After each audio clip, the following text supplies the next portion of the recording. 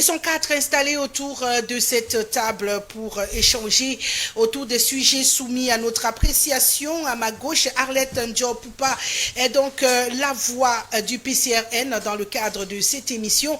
Merci d'avoir accepté notre invitation. Bienvenue. Merci Rosalie. Bonsoir aux millions de téléspectateurs de LTM Télévision. C'est toujours un plaisir. C'est vrai qu'on a beaucoup de rendez-vous manqués, mais celui-ci, on ne l'a pas manqué. On ne l'a pas loupé. Même si on a failli le louper, ce rendez-vous aussi. Heureusement, Dieu fait grâce. Oui. Merci à toi d'être là encore, non, pour la première fois finalement. Après tout le rendez-vous loupé, finalement, c'est pour la première fois que tu es avec nous sur ce plateau. Et je le rappelle pour les téléspectateurs, tu seras la voix du PCRN dans le cadre de cette émission. À ma droite, Mathurin Biol, lui, c'est un militant cadre du Social Democratic Front.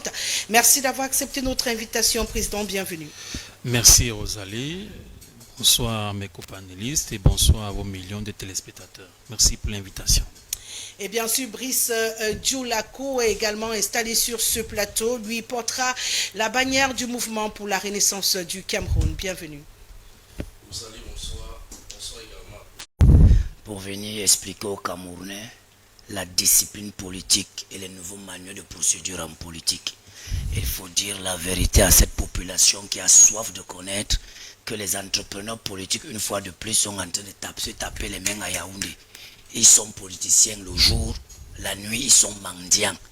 Ils déjeunent sur la table du président de la République et le matin viennent dire au peuple camerounais, regardez, nous sommes sains. Il est de bon ton qu'ils arrêtent de faire des récupérations politiques sur des faits de société. Lorsque le Cameroun va mal, on appartient à une chapelle politique, on essaie de résoudre le problème sociétal. Lorsque le Cameroun va bien, on essaie de se battre tous pour être éligible à étudier. Voilà pour le peuple uni, pour la rénovation sociale. C'est Jesper Matomba vous dit bonsoir avec ses milliers de militants. Vive la pédagogie politique et vive une politique qui se fait par de la réelle émotionnelle.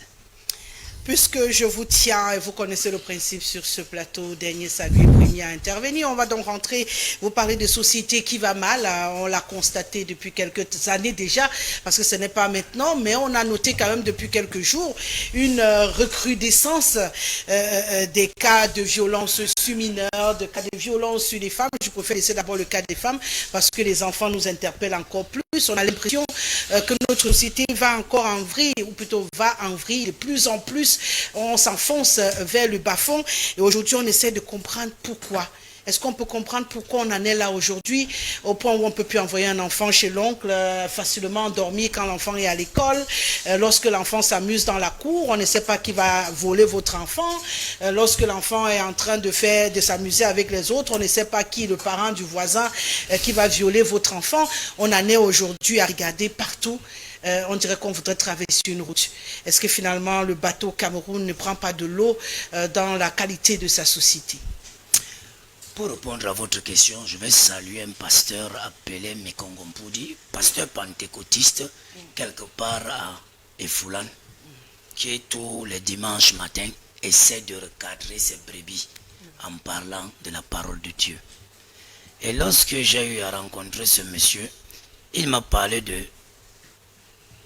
d'une société dans le mépris de l'orthodoxie de faire des enfants. On ne fait pas des enfants pour compléter ou pour combler les pièces vides de la maison. Lorsqu'on décide d'être un parent, que ce soit un enfant biologique, qu'il soit un enfant adopté, qu'il soit un enfant récupéré dans la famille, prenez tout le jargon que vous voulez en matière de sciences sociales. Il faut avoir les moyens pour donner l'éducation à cet enfant, pour donner à cet enfant les conditions de vie. Dommage que lorsque nous entendons cela, la pauvreté et le mal-vivre du Cameroun a amené nos cousines à faire des enfants avec le premier venu parce qu'on avait faim.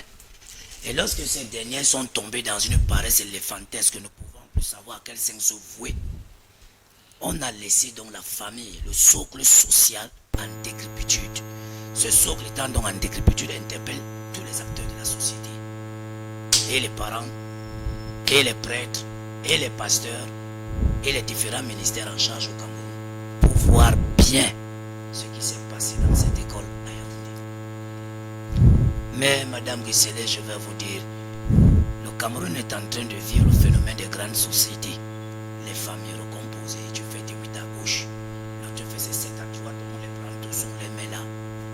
Madame va au travail à 18h pour revenir le matin à 10 services car le monsieur sort à 6h pour revenir à 17h. La ménagère n'est pas payée depuis 3 mois. Le maître à l'école primaire, on paye la pension à 200 000.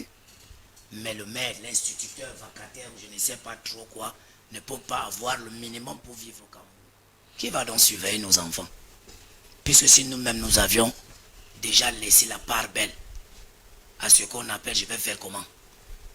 L'instituteur qui doit imprégner la morale, lui-même est mal payé au Cameroun. Vois comment le fondateur de l'école vient avec une grosse voiture, mais n'arrive pas à payer le salaire depuis 2 mois. Qui va contrôler l'enfant? Voilà autant d'éléments qu'il faudrait d'abord questionner avant de dire pourquoi nos enfants se trouvent dans ce genre de situation. Donc si je comprends bien, c'est parce que le système éducatif n'est plus ce qui doit être, et c'est parce que les femmes sont des parents, des familles ont des familles monoparentales qu'on viole les enfants aujourd'hui au Cameroun apparemment. Arlette Njo Poupa, à votre avis, ces raisons peuvent justifier qu'aujourd'hui on ait autant d'enfants violés dans la société? Ce sont des raisons, mais ce ne sont pas les seules. Il y a une réalité aussi qu'il faut interpeller. Je reviendrai sur votre question, mais je voudrais dire que déjà le phénomène du bébé Matisse a violé un peu la morale publique camerouniste. Très souvent, on avait des cas et des situations pareilles et on n'avait pas une réaction aussi forte. Mais depuis l'affaire du bébé Matisse, il y a de plus en plus de réactions face à des cas de violence qui se répètent. Une société qui grandit, une société qui se fonde, a toujours cette réalité où vous avez des enfants, des familles composites, vous avez des individus composites. Mais la réalité aujourd'hui, c'est que nous avons pris des habitudes, malheureusement, au sein de notre communauté, parce que s'il faille sortir les responsabilités, au sein de nos communautés, nous avons pris l'habitude, lorsque vous avez des comportements inappropriés, c'est-à-dire vous avez le cousin, l'oncle qui commence par des attouchements. Très souvent, en famille, on essaie de garder la chose, on n'en parle pas. Ce sont des sujets tabous. On évite de faire évoluer la situation. On évite justement que la situation en arrive au niveau judiciaire. Donc, c'est-à-dire que voilà comment on se retrouve avec quelqu'un qui a des attitudes de prédateur sexuel, qui est protégé par sa famille. Et vous avez aussi la victime, c'est-à-dire l'enfant qui subit ces violences-là, qui malheureusement voit que les adultes qui sont censés le protéger décident de baisser la tête et de couvrir cette histoire. Le silence et la honte. Ça fait 2 prédateurs qui deviennent... Parce que la victime qui va à un moment donné dire « je ne veux plus être la victime », deviendra le prédateur de demain. Voilà comment nous formons des prédateurs qui demain vont s'occuper, vont s'attaquer de nos enfants et autres. Parce que lorsque vous écoutez les psychologues, ils vous disent que les premiers cas de viol sur enfants sont généralement faits en famille. Plus de 80% des viols, c'est en famille. C'est-à-dire le cousin, la cousine, l'oncle, le père, en fait le parent, la famille proche sont les premiers qui posent ce type d'actes. Et très souvent, lorsque l'enfant en parle, on bloque. Donc ce sont des comportements, s'il faille aujourd'hui, c'est crier face à cette façon de faire. Il faut que nous crions aussi de notre façon que nous faisons en privé en se disant nous sommes en train de protéger ou de préserver l'honneur de la famille. Et bien quand on préserve l'honneur de la famille, en réalité on est en train de former des prédateurs sexuels. Parce que ce sont des criminels comme n'importe quel criminel. Et tous les criminels commencent par des petits délits. Et si on n'en fait rien, si on laisse, comme Schopenhauer dit, qui vole un œuf volera un bœuf. Donc si vous commencez par des petits délits, on laisse, demain vous allez vous retrouver à faire de gros délits. Donc toutes ces personnes-là qui sont aujourd'hui accusées, vous allez vous rendre compte qu'il y a toujours des cas ça a été dénoncé d'une part ou d'une autre, et on a essayé de taire. Il y a aussi cette deuxième habitude, parce qu'on parle de la famille, mais malheureusement, on transporte nos habitudes de famille, même dans nos lieux de service. Vous arrivez, par exemple, où un enfant se fait violer au commissariat, on vous demande de transiger. J'ai jamais compris comment une affaire criminelle, parce que dès l'instant où on parle de viol, c'est-à-dire que l'État doit prendre sur lui d'amener ce type de personnes en prison pour préserver et protéger les autres. Mais ce qui se passe parfois, c'est qu'on dit à la famille que non, vraiment, il y a les frais hospitaliers à payer, il y a le suivi. Vraiment, ça ne sert à rien d'envoyer la personne en prison, essayer de négocier un peu quelque chose là. On essaie de gérer ça, on évite que la personne aille en prison. Voilà encore comment quelqu'un échappe à la justice. C'est le cas de l'enseignant, je pense, à Meyo, qui a été viré d'une école et allait se retrouver dans une autre école avant d'être finalement accusé d'une série de viols. C'est-à-dire que il y a tellement d'éléments qui ont démontré que c'était un prédateur, mais très souvent on a regardé ailleurs, très souvent les gens ont mis les yeux en se disant bon, vraiment on va essayer de régler ça, sauf que voilà comment on forme des prédateurs qui à la fin ne vont plus se contenter juste d'arrêter des enfants de gauche à droite, mais peuvent arriver jusqu'à l'incident qu'on a eu où un père a tué l'enfant d'un de ses voisins après l'avoir violé. C'est-à-dire qu'on appelle ça l'escalade. Vous commencez par des petits larcins et à la fin, vous enchaînez, ça devient... Donc, notre société doit, oui, on doit s'indigner, mais on doit aussi se regarder en face et se dire, s'il faut trouver des solutions, il faut trouver des solutions en famille, que ce type de comportement soit bloqué et condamné en famille, en communauté, qu'on n'essaye plus de négocier. Parce que quand vous négociez, la réalité, c'est que vous formez les violeurs qui vont attraper les enfants des autres demain. D'accord, Mathurin Biol, j'ai quand même une préoccupation. Hein. Aujourd'hui, on parle des comportements. Pourquoi on est autant, parce qu'on a tous vécu au Cameroun quand même depuis de longues années, je n'ai pas souvenance quand même d'avoir eu autant, je dis bien autant, de cas de viol en une semaine, en 2 semaines. Oui, ça arrivait, mais ce n'était pas à la vitesse où nous allons aujourd'hui. Donc, je suppose, d'après Arlette Ngo, que ces violents ont commencé à se former il y a 20 ans. Et il y a 25 ans, ils ont commencé à faire des attouchements. Et depuis 25 ans, on n'a rien dit, on est resté silencieux. Et 25 ans après, tous sont devenus très actifs au point où on n'a plus moyen de regarder un recoin du pays sans avoir un cas de viol. Bon, il faut comprendre que pour analyser, n'est-ce pas, ce qui se passe dans notre société, il faut véritablement analyser plus en profondeur et ne pas se limiter à des épiphénomènes, à des événements qui se produisent comme ça et qui suscitent l'attention de toute la population et qui produisent de l'émoi. Il faut comprendre les mécanismes, n'est-ce pas, sociaux, les mécanismes économiques, les mécanismes politiques qui entraînent de tels événements. Vous voyez, quand on parle de délitement de la société, ça veut dire que la population ne croit plus aux institutions, ne croit plus au gouvernement et ne croit plus au fonctionnement même de l'État.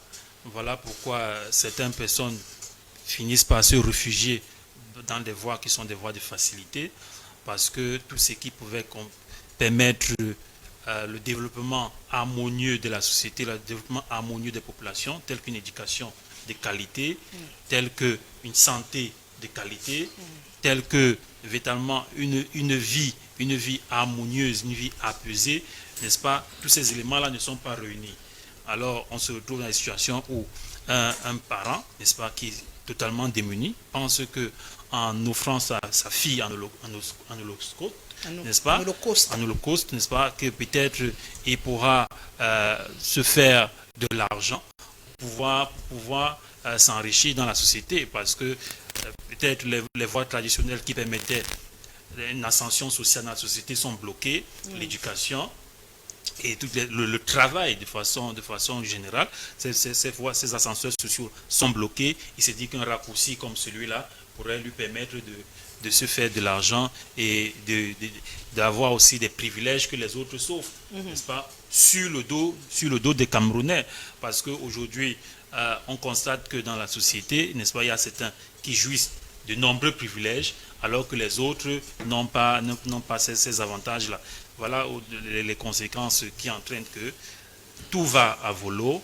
On se retrouve dans une situation où l'éducateur, l'enseignant, n'est-ce pas, qui a pour charge d'éduquer, de former, n'est-ce pas, d'amener l'enfant à progresser dans la société, devient le bourreau de l'élève. On se retrouve dans une situation où le père, qui a pour responsabilité d'encadrer, n'est-ce pas, de nourrir, d'éduquer l'enfant, se retrouve devenir le bourreau de cet enfant-là.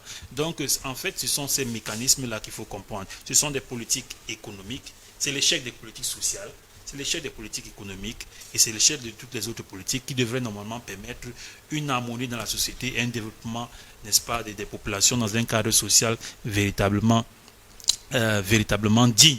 Et ce qui n'est pas le cas, et on se retrouve aujourd'hui, on sera toujours là à crier lorsqu'on aura un événement comme tous ceux que nous avons déjà eu, les enfants, le jeune enfant Mathis qui avait été poignardé, n'est-ce pas? Jeune divine de 11 ans violée, Joyce dernièrement qui fait l'actualité, et l'enseignante de Meyo dont elle parle, qui est devenu un violeur en série, qui s'amuse avec les enfants de 5 à 10 ans et qui filme en plus. Qui fait des vidéos qu'il accuse aujourd'hui. Donc en fait, ce sont ces secteurs-là de la société qui s'effondrent et qui produisent les résultats que nous observons actuellement.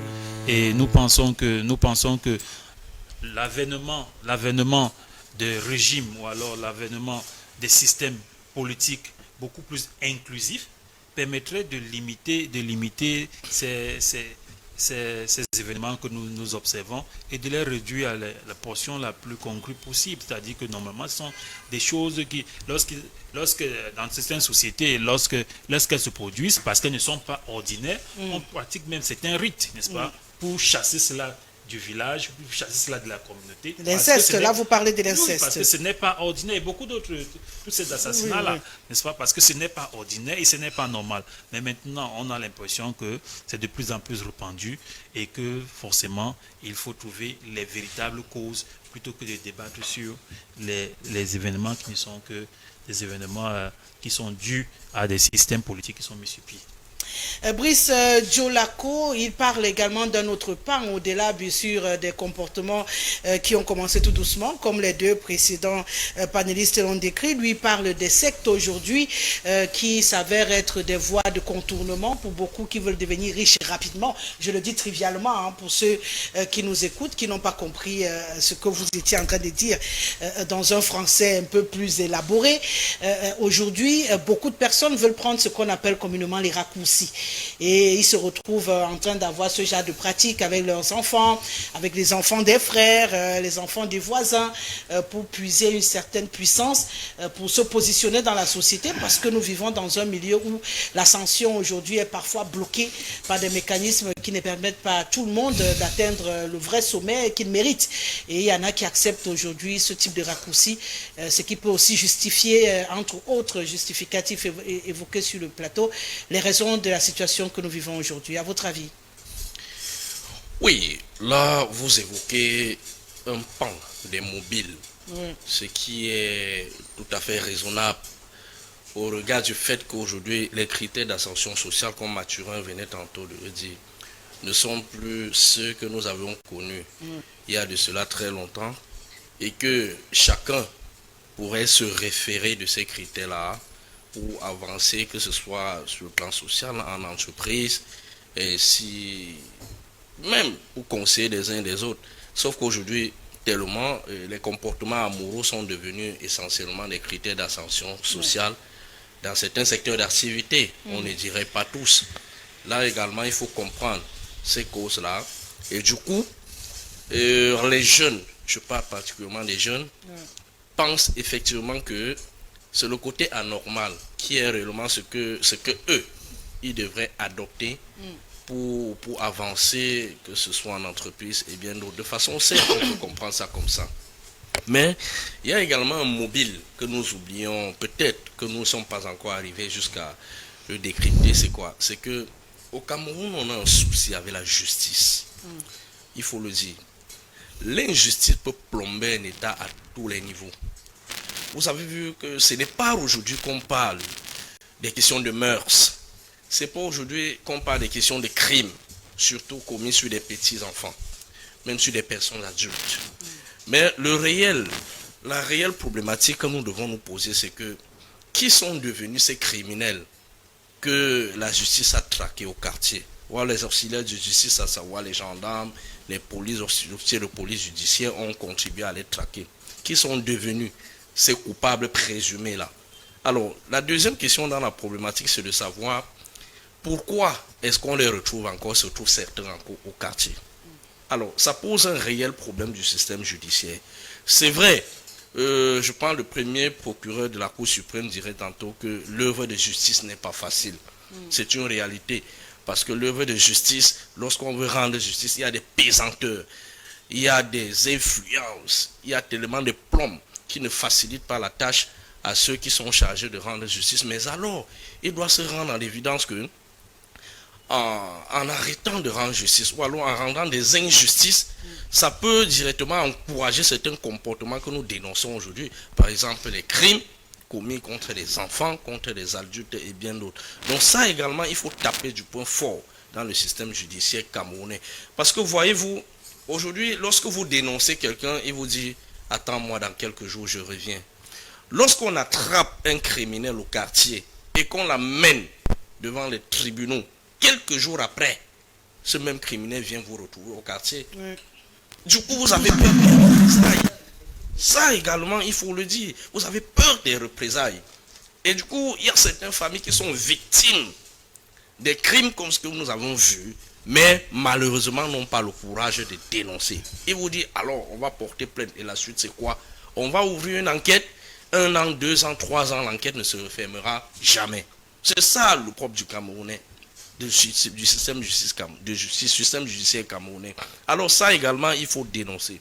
Je suis également très gêné, je suis également très déçu que les milieux qui étaient censés être ceux-là dont la socialisation des humains devait être accentuée, que ce soit dans ces milieux-là que des crimes que nous dénonçons aujourd'hui se passent. Je parle par exemple du milieu éducatif. Vous voyez, on vous fait comprendre. Moi, je suis un enseignant depuis presque 13 ans aujourd'hui.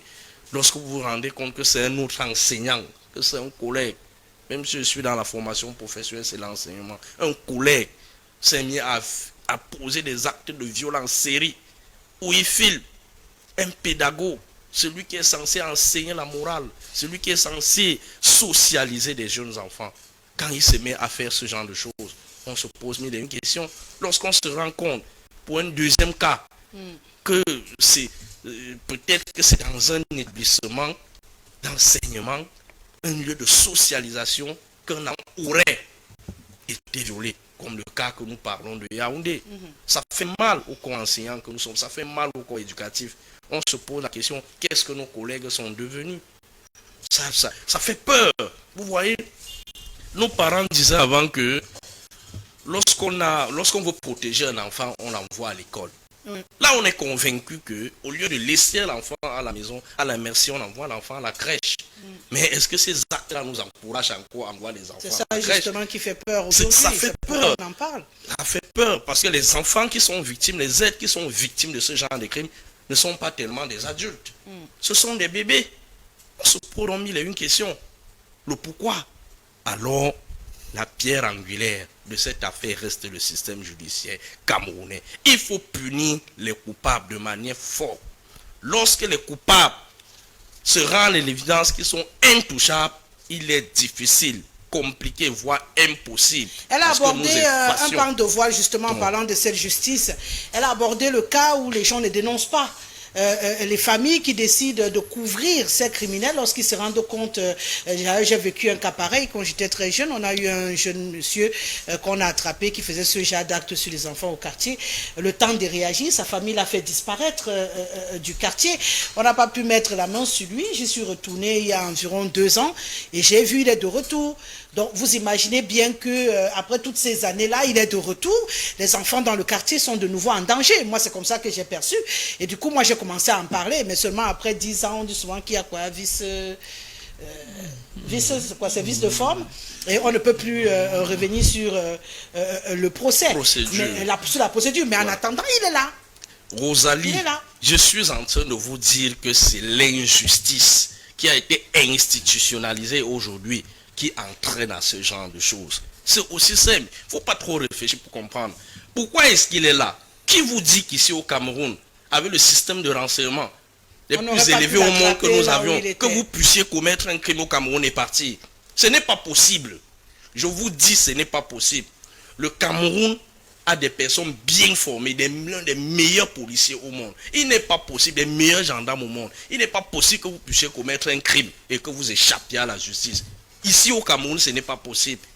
Si le système judiciaire décide de vous mettre la main, vous n'irez même pas faire 2 jours avant qu'on vous attrape. La preuve en est quoi? Des crimes qui ont été commis, c'est que vous avez vu la population sortir. Vous avez eu des dénonciations fortes. Ou alors donc vous avez constaté qu'en quelques jours, des personnes, on a mis les mains sur plusieurs personnes. Aujourd'hui on parle de l'affaire Martinez, Zogo et bien d'autres. Mais on peut citer comme ça plusieurs affaires où la justice s'est saisie. Et puis la suite, nous avons tous connu la suite. Mais pourquoi ce n'est pas le cas partout où il y a des crimes? C'est là le réel problème. Vous avez l'impression que les cas de viol là sont voulus et on ne veut rien faire en fait. C'est l'impunité. La justice a géométrie variable. C'est ça qui encourage les crimes. C'est ça qui encourage les viols et bien d'autres. On peut vous citer plusieurs cas. Lorsque la justice a décidé de mettre la main sur les présumés coupables, il a fallu juste 24 heures. Vous voyez des bandits où la justice décide, les auxiliaires de justice décident en 24 heures de mettre la main. Pourquoi ce n'est pas le cas chez les autres? Alors, et ça revient certainement à se poser des questions, comme celle que Mathurin disait tout à l'heure. Pourquoi est-ce que ces crimes-là sont beaucoup plus commis sur les enfants? Qui sont même les commanditaires? Là également, il faut poser une vraie question. Qui sont les commanditaires? Comment se fait-il qu'un être humain normalement constitué puisse penser qu'il peut trouver du plaisir chez un bébé de 3 ans? Quelle est la condition qu'il veut remplir? C'est ça le réel problème aussi. Et du coup, ça fâche. Donc vous voyez que nous allons faire toutes les analyses, mais nous reviendrons sur un point crucial. La justice. Il faut punir des personnes. Si on punissait conformément ces personnes, conformément aux crimes commis, rassurez-vous, les Camerounais ne souffriront plus jamais des représailles. Mais lorsque vous êtes conscient que vous allez dénoncer un monsieur qui a violé même votre voisine, ou l'enfant de votre voisine, et que 2 jours après, il sortira de là où on l'a arrêté pour l'amener et vous retrouver au quartier. Rassurez-vous, vous allez peur de votre propre vie. Parce qu'il peut également revenir commettre les mêmes crimes sur votre propre enfant. Et qu'est-ce que vous ferez? Absolument rien. Donc l'État en réalité est le garant de la sécurité collective et individuelle. Lorsque l'État échoue sur ce plan, le pays est en lambeaux. Il y a un phénomène où nous avions dénoncé il y a de cela quelques temps, où on disait dans les réseaux sociaux, chacun fait ce qu'il veut et puis balancer dans les réseaux sociaux. Je puis vous rassurer, lorsque vous êtes dans des pays arabes, le Maroc, la Tunisie, l'Algérie et même la Libye où il y a le désordre, les réseaux sociaux sont tellement filtrés que si vous postez certaines images et certaines vidéos, ça ne passera jamais. Mais pourquoi au Cameroun on a tout laissé? D'aucuns vont dire que si l'État frappe la main, on dira que c'est une restriction aux libertés publiques et individuelles et bien d'autres. Mais c'est parce que ça arrange le régime RDPC. C'est ça le réel souci. Ils se rendent en évidence que les gens sont en divagation et puis Facebook, WhatsApp et autres deviennent les usurpatoires. C'est ça qu'on appelle les usurpatoires et les exutoires. Et ça dérange. Vous voyez, on dit, oh, laissez-le faire ce qu'ils veulent, mais à condition qu'ils ne nous dérangent pas. C'est ça le réel problème. Donc, l'État est le principal responsable de ce qui nous arrive aujourd'hui à nos enfants, parce que ceux qui nous dirigent, ceux qui sont à des postes de décision, n'ont pas frappé la main sur la table pour que les crimes puissent s'arrêter. On a parlé, il y a de cela quelque temps, des erreurs médicales, c'est-à-dire lors d'une... Mais vous avez vu, est-ce qu'il y a eu tellement de réactions? Non, il a fallu absolument que cette erreur se produise sur un médecin pour que vous voyez l'ordre des médecins même frapper sur la table. Pour que vous voyez l'État se mobiliser comme un seul homme pour dire désormais cette histoire doit s'arrêter. Les Camerounais en souffrent déjà de trop. Donc, le problème au Cameroun, c'est la justice. C'est la justice à double vitesse qui, pour vous, doit être mis au centre de tous les problèmes que nous avons aujourd'hui, docteur Niamsi. La justice, pour Brice Djolako, au cœur de tous les problèmes que nous avons, il faudrait qu'on apprenne à véritablement punir ceux qui posent des actes délicats pour qu'on évite d'avoir à l'avenir ce type de situation. Rosalie Guessemé, la justice se porte mieux au Cameroun. Et chacun a le droit de faire 3 recours. TPI, Cour d'appel, Cour de cassation, Cour suprême. Alors, j'ai parlé tout à l'heure du comportement de certaines familles. Je vais vous donner un cliché pour planter le décor. Mademoiselle Filiane a 29 ans, elle fait un enfant avec monsieur Émeric qui a 33 ans, qui est un homme marié qui appartient à une femme. Cette dernière a accouché chez son père et partage encore la même chambre avec sa mère chez son grand-père. L'enfant qui est né dans cette maison n'a que vu sa mère sortir, revenir tard, entrer, je vais m'aller plus loin. Ramener un homme dormi dans la maison familiale, dans la même chambre. Donc grand-mère, mère et fille. Cet enfant commence à avoir des comportements autres. Que l'enfant a des secrets. Comment un enfant peut-il avoir un secret? Lorsqu'il y a attouchement par un enseignant ou par un jeune garçon du quartier majeur, l'enfant ferme sa bouche parce que l'enfant est en train de grandir dans un système sale. Voilà le premier cliché.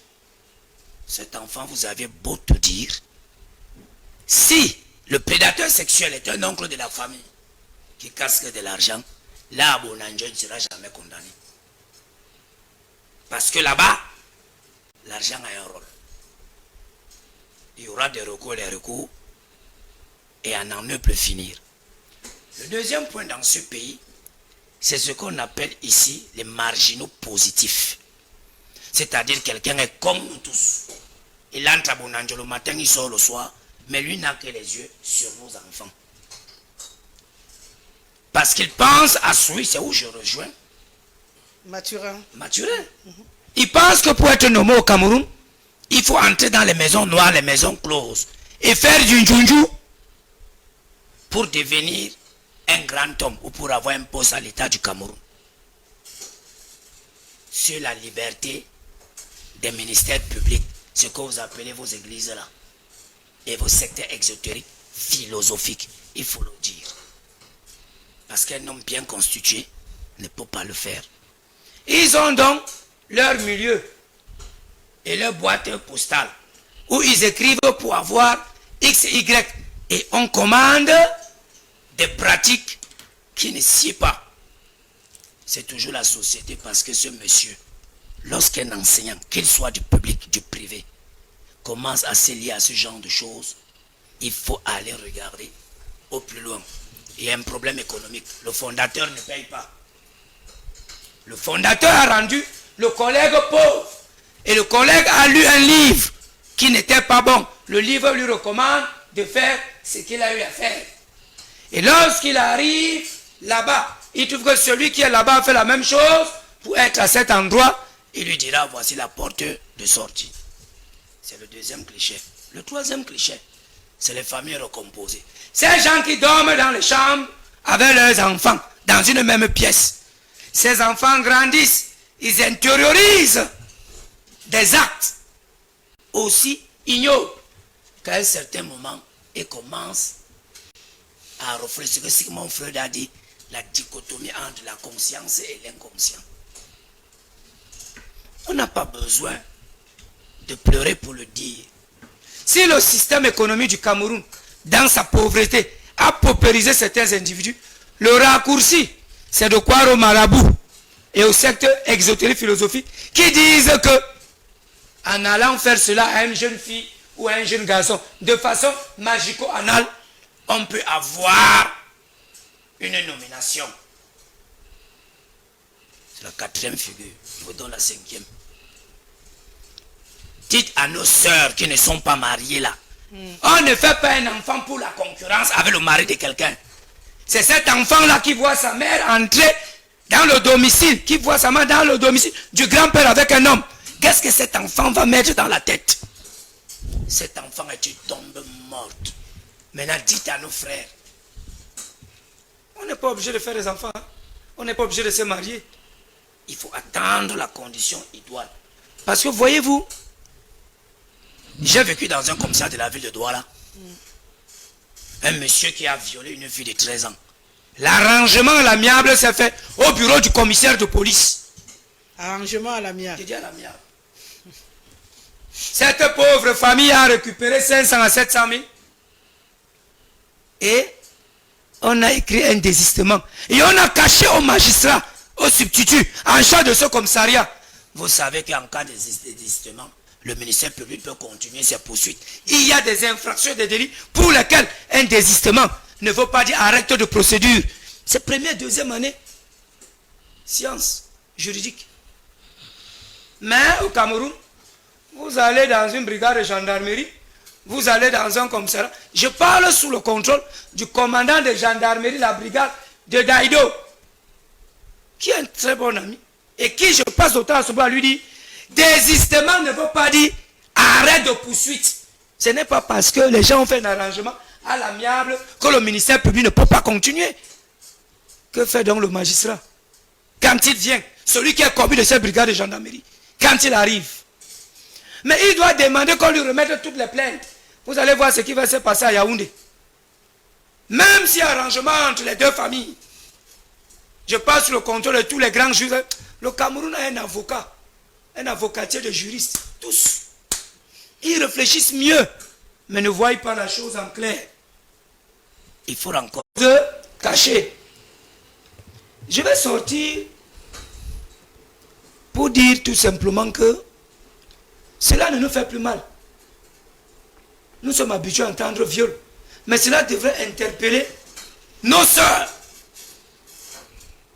qui font des enfants et qui laissent des enfants dans les maisons pour aller en villégiature et revenir au simple sort que la grand-mère doit gérer l'enfant.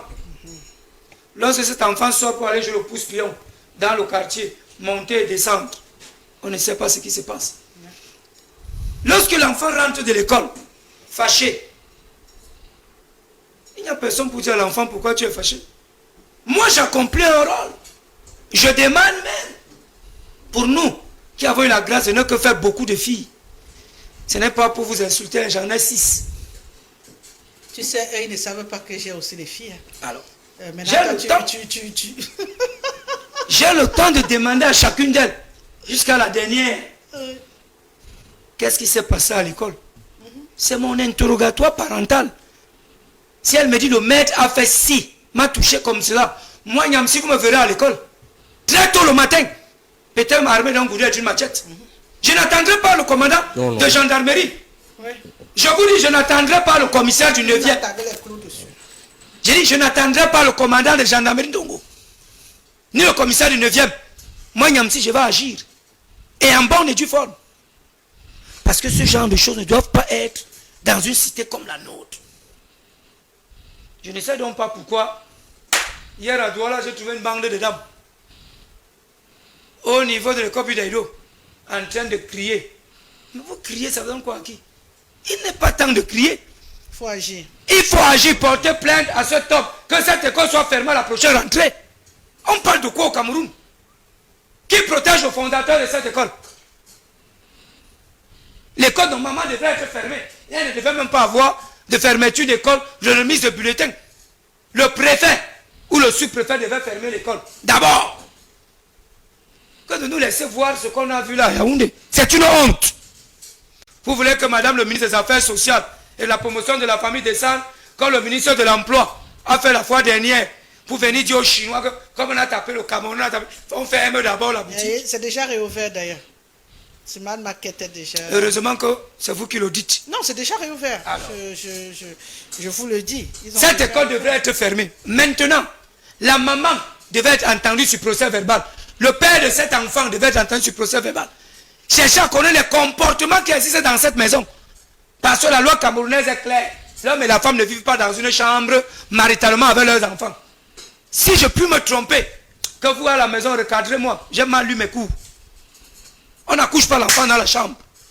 C'est pourquoi dans la fonction publique et dans les corps de métier contractuels, surtout les gendarmes et les policiers, dans l'honneur et fidélité, vous devez vivre en caserne, en colonne couvrée. Je ne sais pas comment est-ce que quelqu'un peut concevoir de se marier et de vivre dans la chambre. Je ne sais pas si cela existe dans ce pays. Je continuerai à dire que ça existe, je te promets. Je ne voudrais pas que ça existe. On n'épouse pas une femme quand on n'a pas les moyens de la nourrir.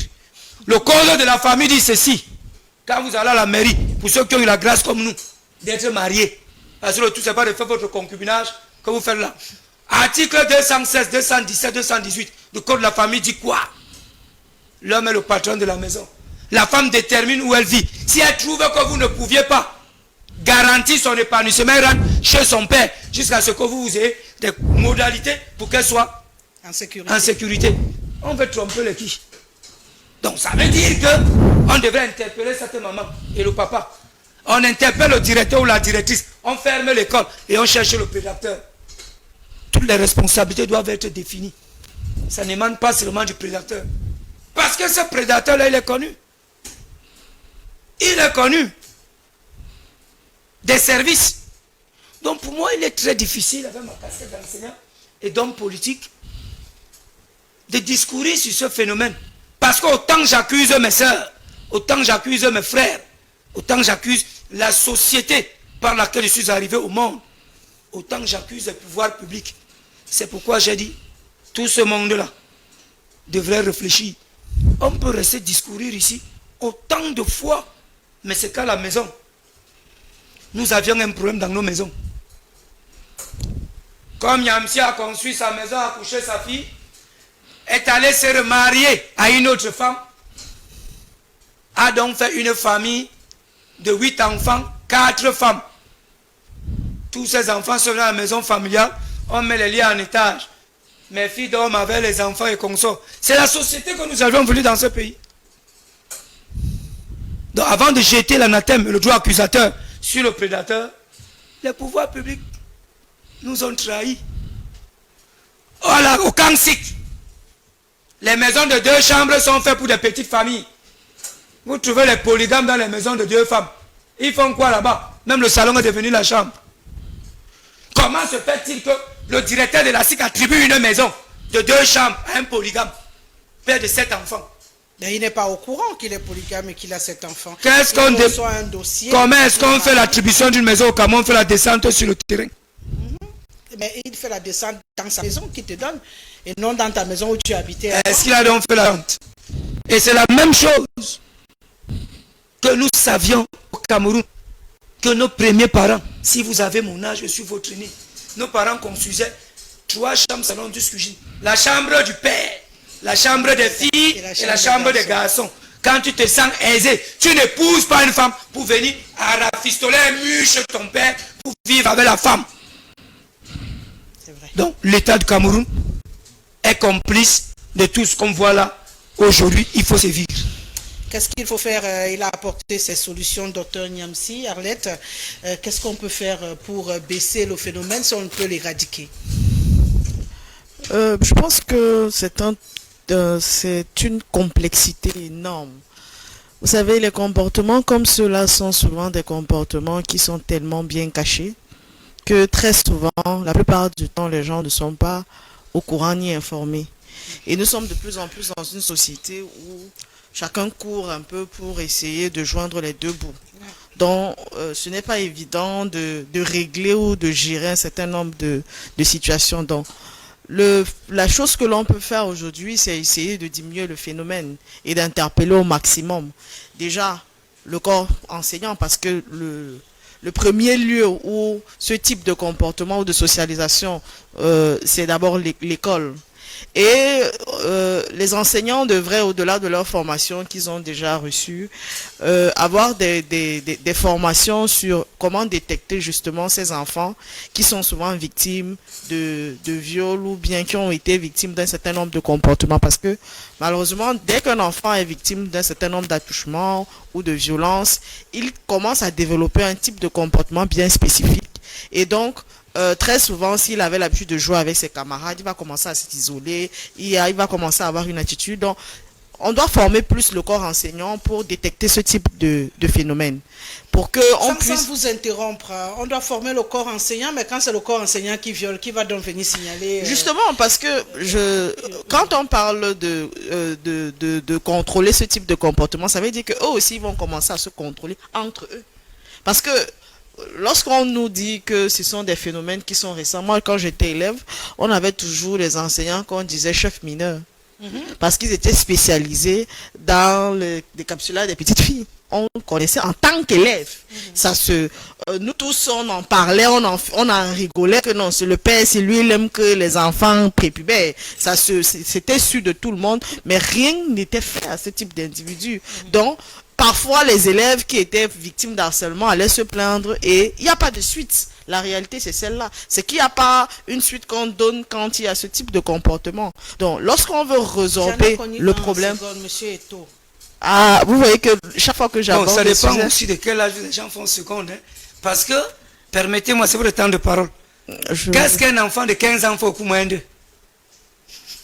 La loi camerounaise sur la formation professionnelle est claire. On fait le concours d'entrée en 6e de 12 ans, donc 11 ans jusqu'à 14 ans. De 14 ans et plus, on va en formation professionnelle. Alors vous trouvez une demoiselle avec une poitrine redondante comme le Mont Cameroun à 17 ans, au coût moyen de 2. C'est pour faire quoi? Avec une masse corporelle énorme.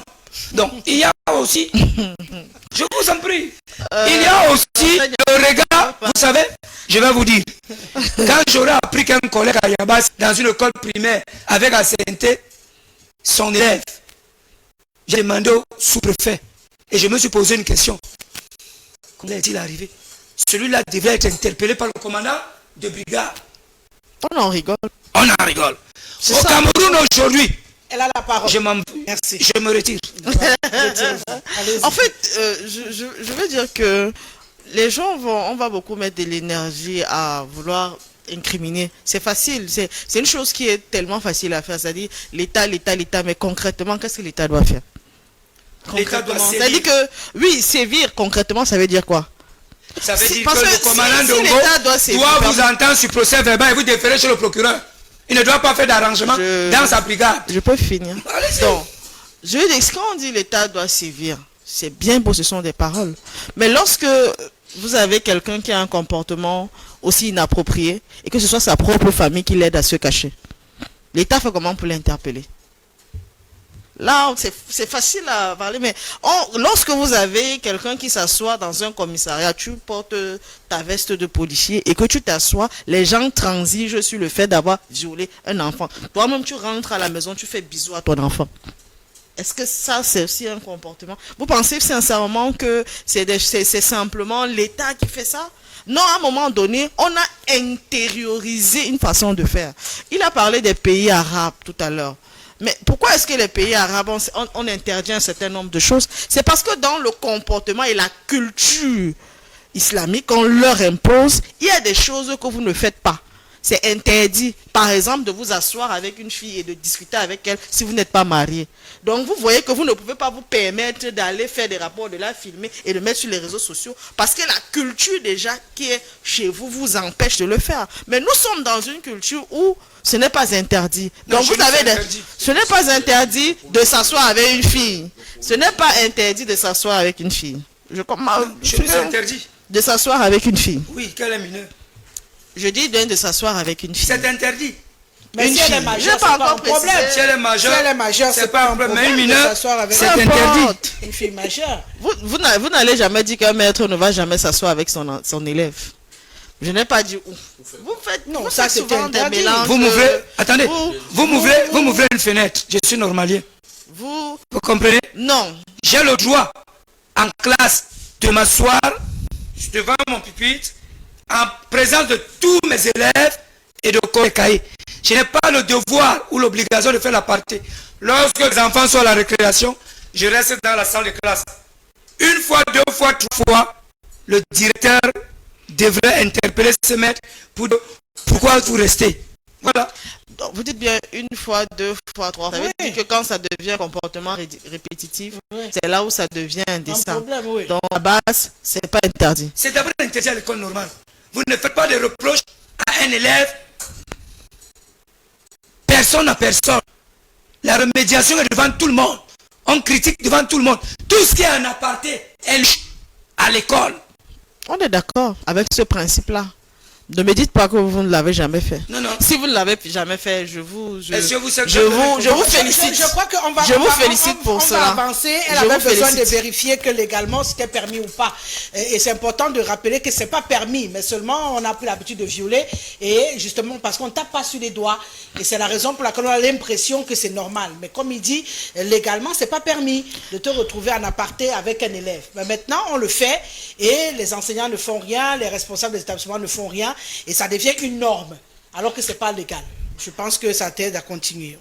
On va y aller. Exactement. Donc, quand je parle donc de la culture, on a des comportements qui sont beaucoup plus appropriés, que nous trouvons appropriés dans une certaine société. Et dans d'autres sociétés, ce type de comportements ne sont pas du tout acceptés. Et donc, il y a beaucoup plus de restrictions. Dans notre société où on a accepté qu'elle soit ouverte, on se retrouve donc à avoir des personnes qui sont toujours au contact. Madame Aré Bouba, il serait mort. Docteur Niamsi. Aré Bouba, le type là serait mort. Docteur Amaroua Niamsi. Pori serait mort. Docteur Niamsi, Ça ne va pas permettez, tuer tous les à prédateurs. Madame Poupa d'aller au bout de Moi, je son suis raisonnement. pas là pour qu'on tue un homme ou une personne. J'ai dit qu'il Le meurt. problème, c'est que justement ça, c'est que vous voulez toujours réagir. Vous voulez toujours réagir avec beaucoup. Il faut avoir des mesures draconiennes contre ce type de prédateurs. Vous savez, Il ne faut pas avoir un langage doux contre des personnes qui j'ai font fait des l'école publique crimes. de Fulbéré 1 Pas à avoir Garoua. langage. Ce type là serait déjà mort. oui. En laissant, je vous parle. Je suis parfaitement d'accord avec vous. Et peut-être de vous tous sur le plateau, je suis certaine, je suis persuadée que je suis la plus dure sur ces cas-là. Parce qu'au final, quand c'est ta personne à qui ça arrive, tu le protèges. Malheureusement, c'est ça le problème. C'est que on a tendance à se dire qu'on pense toujours que c'est quelqu'un qu'on ne connaît pas qui va faire cela.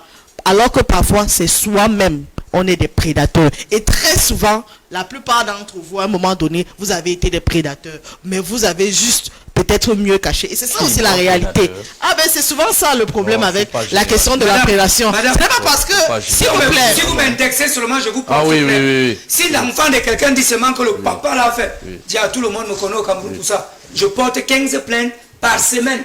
15. On me connaît dans toutes les unités de gendarmerie. Je dois être un homme propre. Je parle sous le contrôle de beaucoup d'établissements, même privés, qui m'ont eu comme enseignant. Si vous dites seulement que le docteur Niamsi a regardé l'étudiant, je porte plainte à l'étudiant, qu'elle vienne me dire en quelles circonstances et qu'elle me donne les documents. Je suis très regardant sur l'éthique et la déontologie de cette profession. merci pour le coup. Donc, comme je disais tantôt, vous êtes tous des prédateurs. Parfois, vous l'ignorez. Mais c'est souvent, c'est justement ça le problème, c'est qu'on entre facilement dans les grands chevaux en récitant un certain nombre de choses. Non, si vous êtes Mais majeur, dans je le suis plus comportement- prédateur. Si vous avez 22 ans, non, j'ai le devoir de vous regarder. Si je comprends bien.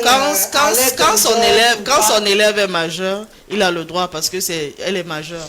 Mais si c'est qu'elle est mineure, c'est là où ça devient compliqué. Mais c'est logique, c'est Madame, logique. aucune loi au Cameroun ne m'interdit à Ange Raphaël. Dans les accablures, la femme de dire, mademoiselle, vous êtes belle. Dites-moi la loi qui m'interdit de dire qu'elle est belle. Est-ce qu'on peut prendre? Dès qu'elle a 22 ans, c'est les reins et c'est la locomotive. Sur le gars. C'est un harcèlement. Non, là, seulement devient Vous faux. venez de m'arracher les mots. Vous venez de Attends, il faut pas- En réalité, le problème sur les violences, c'est qu'elles sont tellement multiformes que beaucoup s'agitent, mais ne maîtrisent pas la profondeur des types de violences. Et il faut avoir l'honnêteté de dire que c'est un travail qu'on doit fondamentalement faire. On était dans les solutions qu'il faut apporter. On est allé, on a divagué, mais il faut qu'on revienne sur des solutions concrètes à apporter. Donc, comme je disais tantôt, il y a cette formation pour accompagner, parce que trouver et déterminer les personnes qui posent ce type de comportement, ils sont souvent très difficiles. C'est très évident souvent de dire que les gens veulent faire le concours pour réussir dans la vie et autres. Mais la plupart des prédateurs qu'on voit au quartier ou dans les différents sous-quartiers du Cameroun, c'est pas pour ça. C'est généralement un comportement qui est parfois inexpliqué ou inexplicable. Le cousin qui vient en vacances, l'oncle qui décide de se comporter ainsi. C'est pas souvent des personnes qui sont haut placées. Très souvent, c'est des personnes lambda. Et très souvent, ce type de personnes passent vraiment, comment on appelle ça? Ils sont souvent sous le tapis, on ne les voit pas et on n'en fait rien. Le problème de ce type de comportement, c'est l'impact qu'ils ont sur les enfants et qu'ils laissent sur des enfants et des enfants qui grandissent en ayant été victime de traumatisme. Et le plus dangereux dans ce traumatisme-là, c'est que cette personne, demain, se retrouve aussi à devenir un prédateur. Et ça, c'est le véritable danger. C'est pour ça que c'est un travail à détecter les violeurs potentiels. C'est pour ça que c'est un travail qui doit être vraiment très profond, bien sûr. Naturellement, les sanctions légales sont légitimes. Mais maintenant, lorsque la justice dépend du portefeuille que vous avez, c'est vrai que c'est très compliqué. D'accord. Donc la justice ne peut rien faire. Mathurin Biol, à votre avis, on passe par où pour avoir une société un peu plus propre que celle que nous avons aujourd'hui? Oui, je pense que le thème que j'ai soumis à notre réflexion, c'est la déliquescence de la société. Mais nous sommes beaucoup pour s'atteler à réfléchir ou bien à parler des cas des individus.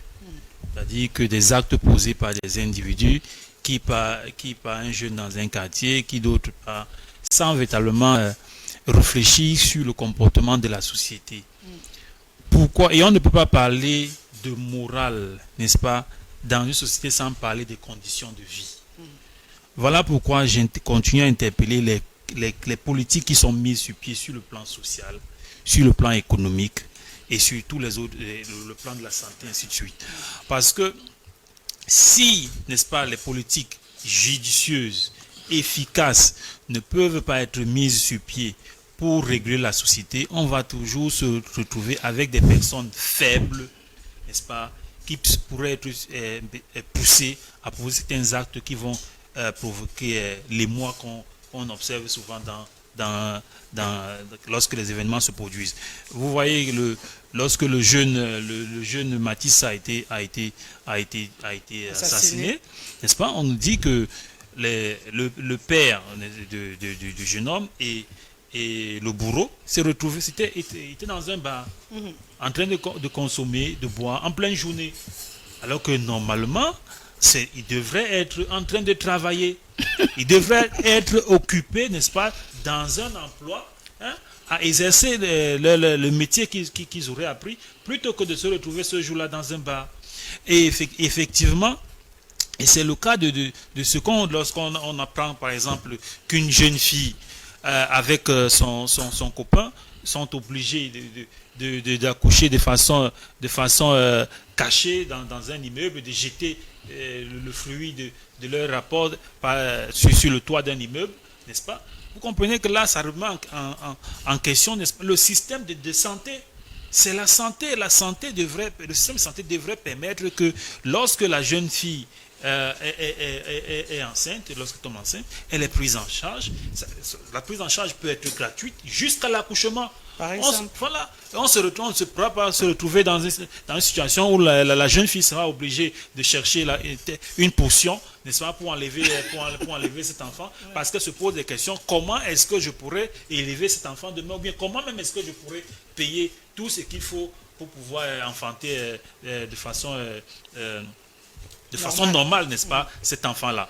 Et lorsque le système de santé, le médecin qui n'est pas convenablement payé, n'est-ce pas, se retrouve en train de prescrire une césarienne parce qu'il veut 400 000 francs, parce qu'il veut 500 000 francs, n'est-ce pas, à une patiente, et qui est aussi obligé de chercher par tous les moyens à trouver cet argent-là pour payer cette césarienne, alors qu'elle peut accoucher normalement par voie basse.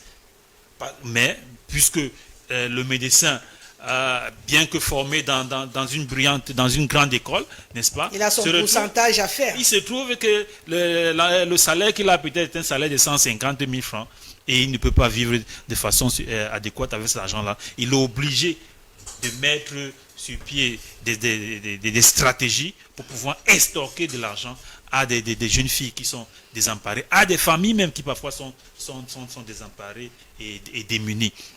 Donc en fait, globalement, ce sont les politiques mises sur pied par ceux qui dirigent un État qui entraînent les déviances que nous observons. Et vous savez, sur une chaîne publique, n'est-ce pas, on a pendant certains moments ici, on parlait des déviances. Hein, des déviances. Et voilà, aujourd'hui, j'avais Mendozé, voilà, donc on retrouve encore cette période-là où on observe toutes sortes de déviances dans la société, des jeunes, et on voit des jeunes dans les écoles, n'est-ce pas, poussés à tirer, à fumer de la drogue, à se droguer à tour de bras dans les écoles, n'est-ce pas, à faire entrer dans les établissements des substances illicites, des substances dangereuses, n'est-ce pas? Pourquoi? Parce que le système ne permet pas de protéger les enfants. Et aussi, lorsqu'on laisse des jeunes gens chanter des musiques vraiment obscènes, dangereuses, et ils parlent du cure, hein, plus le cure, machin, vous savez, toute cette drogue-là qu'il cite, n'est-ce pas, qu'il cite en se vantant de les utiliser, hein, il parle de cailloux, il parle de tout ça. Vous comprenez que c'est la société de façon globale. On doit donc mettre sur pied des politiques qui permettent de protéger l'enfance, de protéger la jeune fille, de protéger la femme, de protéger les hommes. Nous avions vu et tant que cela n'est pas mis sur pied, et voilà pourquoi un parti politique socialiste comme le nôtre, le SDF, entend mettre l'homme au centre des préoccupations de la société. Entend mettre l'homme que nous voulons, l'homme que nous voulons bâtir, l'homme que nous voulons construire, le citoyen que nous voulons construire est au centre de la politique que le SDF entend mettre sur pied, et afin qu'on évite autant que possible des situations comme celles que nous vivons, des dérives comme celles que nous vivons, des déviances comme celles que on court actuellement dans la société et que nous condamnons avec la plus grande énergie. Nous pensons que véritablement c'est la vision de la société de façon globale qui permet que des personnes de façon individuelle se comportent décemment, se comportent de façon adéquate. Donc on ne peut pas parler de morale dans un pays sans parler des conditions de vie.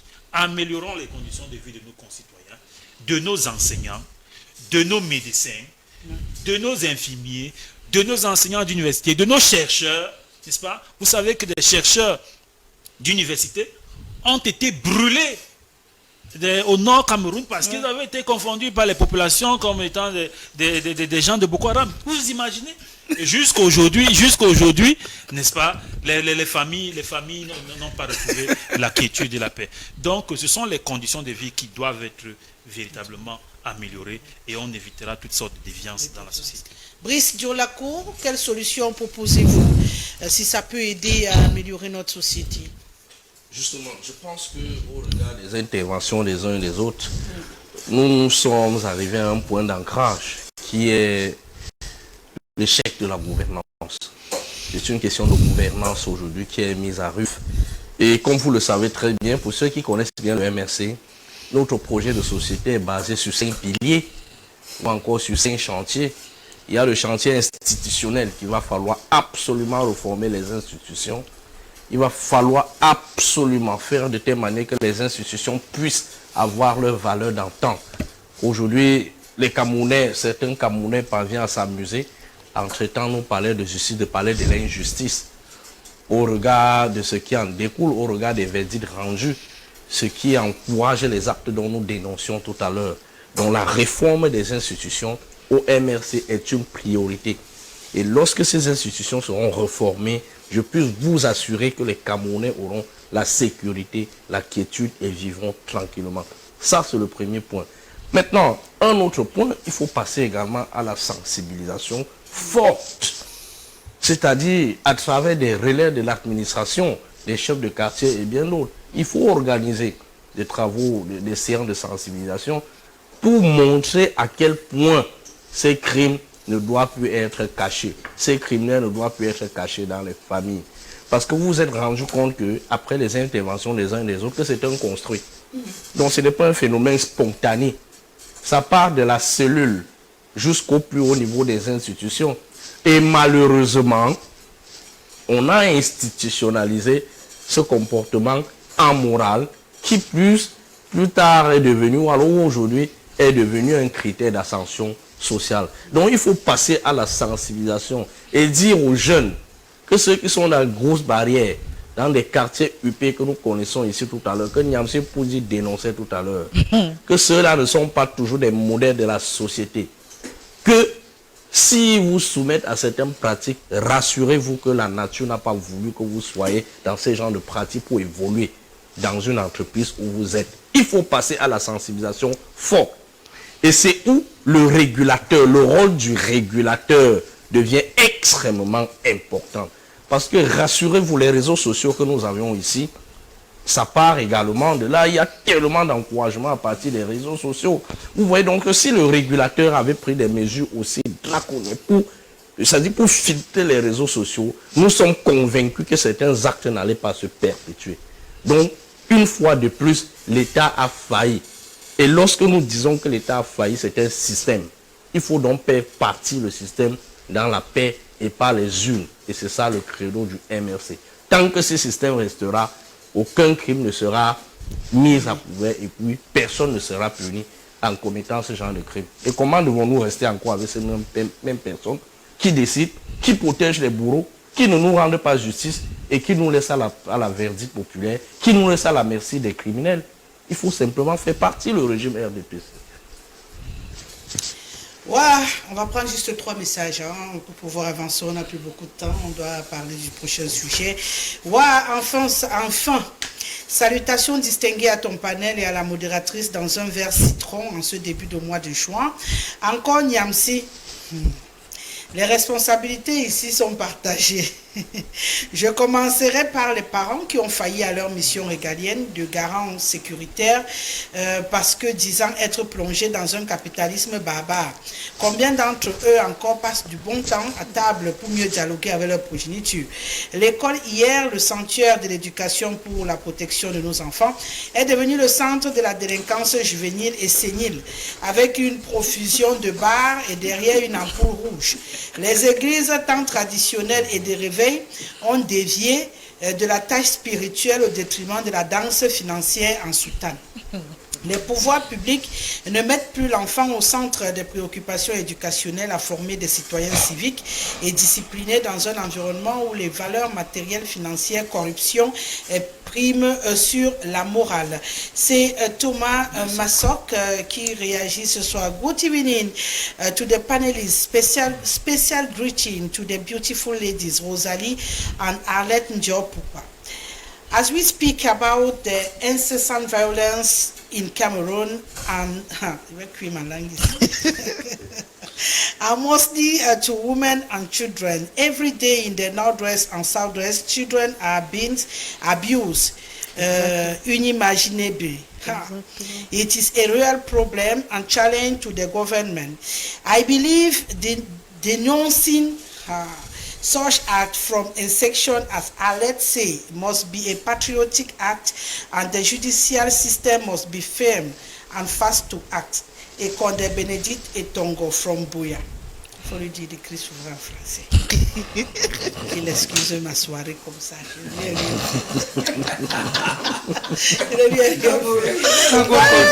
Il va m'obliger à parler mon petit anglais. Mon anglais est encore petit comme ça. Bon, je me débrouille.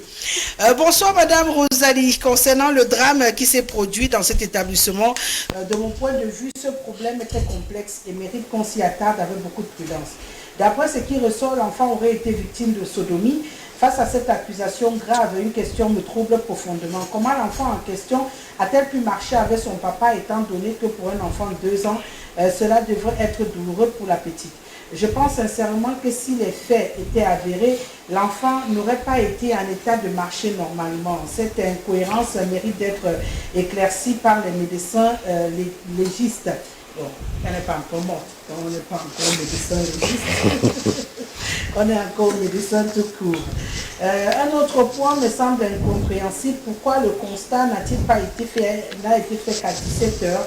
La famille veut-elle nous faire croire que l'enfant de 2 ans s'est déshabillé tout seul? Là encore, les parents doivent vraiment prendre leurs responsabilités dans une affaire aussi sensible.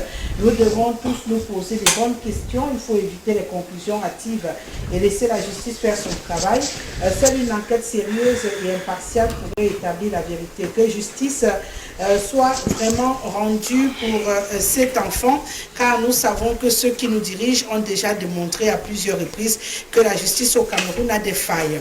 Espérons que cette fois la lumière sera faite sans complaisance. Et vraiment, Madame Rosalie, jusqu'ici, nous attendons encore qu'on nous dise ce qu'il en est de l'assassin de bébé Matisse. Honnêtement, si la justice avait frappé fort, nous n'en serons pas là. Christian de Yaoundé depuis quartier Ndoksimbi. Je pense que pour le bébé Matisse, la sentence est déjà tombée. Oui, il a été condamné à mort. Il a été condamné à Mais mort. une vie. Comment quelqu'un qui est condamné à mort pour de pareil qu'une vie Tu encore? veux déjà commencer aussi à le tuer. C'est toi qui parlais de justice, non? J'ai dit que si c'est une justice qui a été rendue, comment quelqu'un condamné à mort pour se parer qu'une vie encore? C'est pour encourager d'autres bourreaux, l'émergence des bourreaux. Comment il est C'est clair. Vous a dit tout à l'heure, comment, C'est ça qui manque. Il a été condamné à mort. qu'est-ce qu'on attend pour exécuter la peine? Voilà. C'est pour encourager On d'autres va aller au bourreaux. tribunal avec les machettes pour tuer dès que tu es Il a condamné dit à mort ceci. pour ta tête. Qu'est-ce qu'on fait? Ouais, mon frère, On encourage l'émergence des bourreaux. On doit C'est programmer la normal, date il est de condamné à l'exécution. mort. Oui. Point. On Donc, va exécuter C'est une quand peine et il c'est faut la partie exécuter là, la il peine. manque. Voilà. Il paraît qu'il manque encore la date de l'exécution. bien sûr. On sait qu'il est condamné à mort. On veut savoir quand est-ce qu'il sera exécuté. Et c'est c'est ce à genre ce de niveau comportement de la que justice nous qui en encourage la justice populaire. Voilà. C'est ça qu'on dénonce. La justice doit aller jusqu'au bout, ne pas se limiter à un certain niveau. Et vous Ça savez que la favorise justice l'émergence aussi, d'autres vous savez crimes. que la justice aussi, c'est la présomption d'innocence, non? Non, lui, Mais il a été coupable. Non, Il a je été dis- jugé coupable par la On parle, justice. été on parle de jugé. la justice. Tu défends quoi Non, on coupable? parle de Non, ce on cas parle de la particulier. justice. On parle de quelqu'un qui a tué un Parlons enfant. de la justice. Coupable, qu'il est Non, on coupable, parle que de lui-même il a justice. reconnu. D'accord, on parle de la même personne. Voilà, il a été condamné, donc on a déjà jugé son cas. Oui, Il n'y a plus de présomption. Il n'y a plus de présomption. c'est clair. Il faut donc exécuter la peine. Tant qu'on n'exécute clair. pas la peine, ça va favoriser l'émergence d'autres criminels.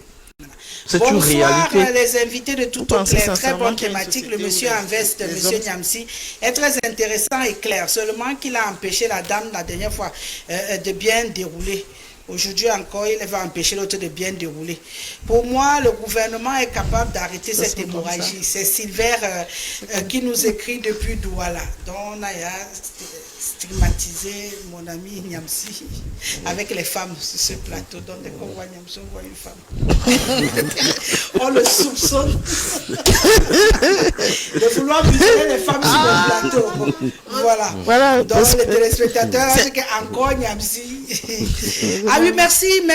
C'est le mot que je cherchais, prescription. Merci beaucoup. Je voulais dire que pour le cas d'Émile au quartier, il y a prescription. Celui qui avait violé les enfants, autant quand nous étions très jeunes.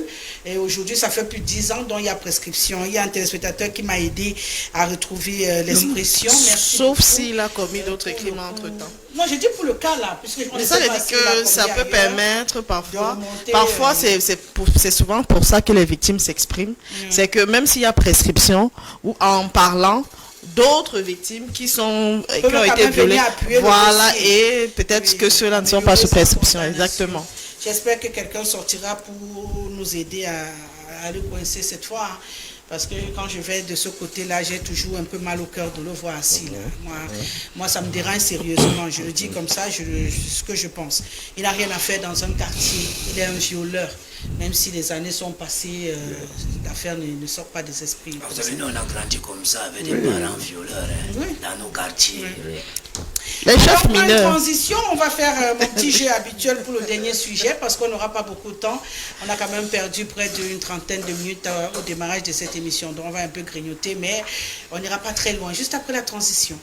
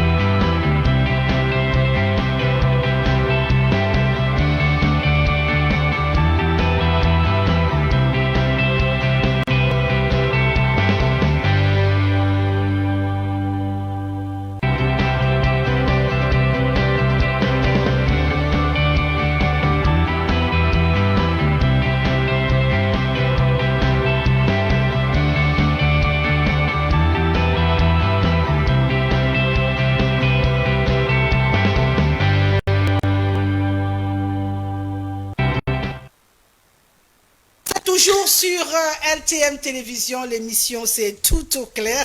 Lundi, mardi, mercredi, nous sommes ensemble pour parler des sujets qui font l'actualité. Et ce soir, on va encore parler cette fois d'industrialisation du Cameroun. On le sait, le dernier classement rendu public par l'édition de l'indice d'industrialisation de l'Afrique est publié par la Banque africaine de développement pour ce qui est du mois qui s'achève dans le mois de mai, classe le Cameroun à la 21e place derrière plusieurs pays, notamment le Gabon, la Guinée équatoriale, la RD Congo et autres. Ce qui nous pousse aujourd'hui à mettre ce sujet sur la table. Comment se fait-il que le Cameroun est en retard aujourd'hui sur ces autres pays, mon cher Mathurin Biol, qui était encore il y a quelques années dépendant du Cameroun, quand je pense au Gabon, qui nous regardait, je pense à la Guinée, qu'on traitait de ville du Cameroun, mais qui aujourd'hui, dans le classement des villes, des pays les plus industrialisés, sont au devant du Cameroun. Le Gabon est 12e, premier pays pour la zone CEMAC, et le Cameroun 21e. La Guinée est 17e. C'est pour dire qu'on a envie de se demander comment ça se fait que nous soyons autant à la traîne. Oui, heureusement que ce n'est pas SIF, n'est-ce pas, qui a promulgué ces résultats-là, et que c'est bien la BAD, la Banque africaine pour le développement, que ça vient dans des institutions qui sont en charge véritablement d'observer les différents pays africains et de voir et d'étudier les politiques que ces pays mettent sur pied sur les différents domaines de leur économie. Donc il est clair que depuis plus d'une trentaine d'années, depuis que, n'est-ce pas, M. Biao est au pays, les industries ne font que péricliter, ne font que mourir, les secteurs, les entreprises du secteur industriel ne font que, au fur et à mesure que les années passent, n'est-ce pas, disparaître. Donc, les promesses qui ont été faites depuis là, de donner des emplois aux Camerounais, ne peuvent pas être tenues du moment où le secteur celui qui est productif, n'est-ce pas, le plus producteur d'emplois, c'est l'industrie. Ce ne sont pas les services, ce n'est pas le secteur primaire, c'est véritablement l'industrie. C'est l'industrie qui permet d'employer les citoyens en très grand nombre et de permettre qu'ils aient des revenus conséquents qui leur permettent de nourrir leur famille, qui leur permettent, n'est-ce pas, de développer, de participer au développement de la nation. Donc, effectivement, on constate que le pays qui est essentiellement un pays exportateur de matières premières, on exporte le cacao, on exporte le café, on exporte la banane, et on ne travaille pas, et ici également le bois, n'est-ce pas, on ne travaille pas véritablement à mettre sur pied les structures qui permettent de transformer ces matières premières comme le cacao en produisant par exemple du chocolat, en produisant du beurre de cacao, n'est-ce pas, pour permettre de donner des emplois aux Camerounais. Et ça, c'est aussi valable pour les domaines comme le bois, n'est-ce pas, que nous devrions normalement travailler à créer des industries qui transformeraient le bois et qui permettraient à ceux qui sont dans ces domaines-là de produire les meubles, de produire les équipements qui permettent d'exploiter les forêts que nous avons, le bois que nous produisons, plutôt que de créer des emplois dans d'autres pays, n'est-ce pas, en exportant les grumes, les grumes, sans que ces grumes-là n'aient été transformées. Donc, malheureusement, on a cru qu'en créant des écoles qui sont spécialisées dans ces différents domaines, comme des lycées agricoles ou alors comme des universités où les métiers du bois, n'est-ce pas, sont enseignés, on a pensé qu'on pourrait véritablement mettre sur pied des industries, mais ce n'est pas le cas. Et quand on voit les différents ministères camerounais qu'ils veulent s'équiper en mobilier, ce n'est pas le bois fabriqué par les artisans, n'est-ce pas, camerounais, ou bien les meubles fabriqués par les artisans camerounais qui équipent les différents ministères du Cameroun.